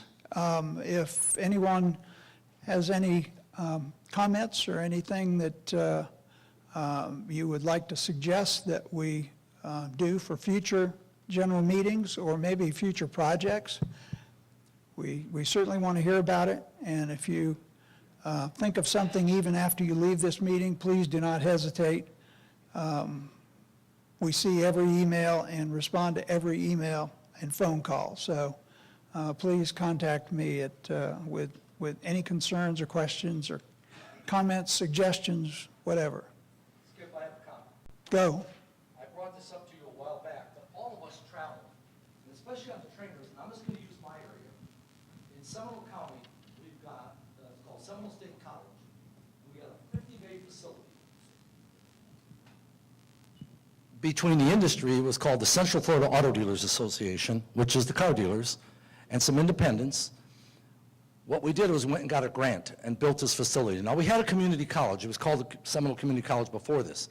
But the industry went out and built this facility. It's state-of-the-art. We have a GM program. We have a dual enrollment Ford program. We had the Chrysler. Chrysler decided to move, whatever, that was their decision. We had the T10 program and many more that we had there. The point I'm trying to get at is now, in some of the resources that every student gets, there is a little blurb about NASTF. That all we said was, look at it.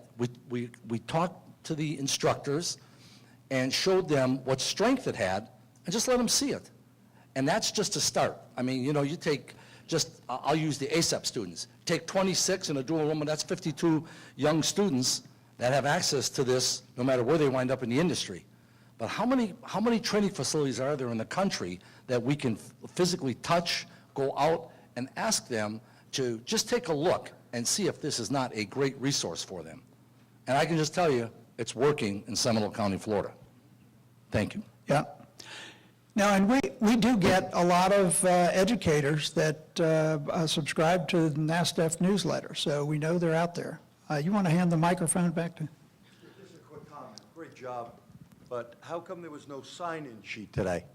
Usually we pass around a sign-in sheet so we have everyone's email and stuff.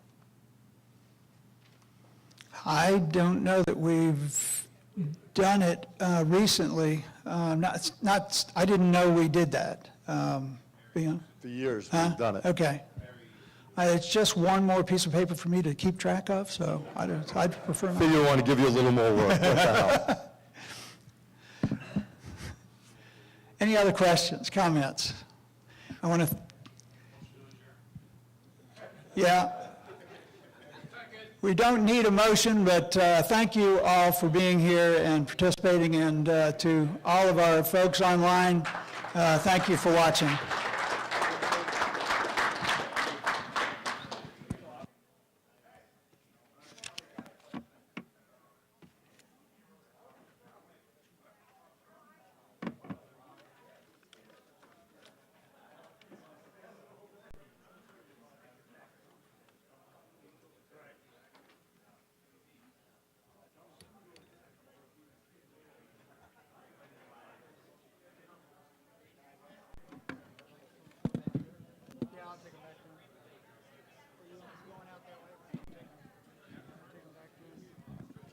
I wasn't leaving, I was going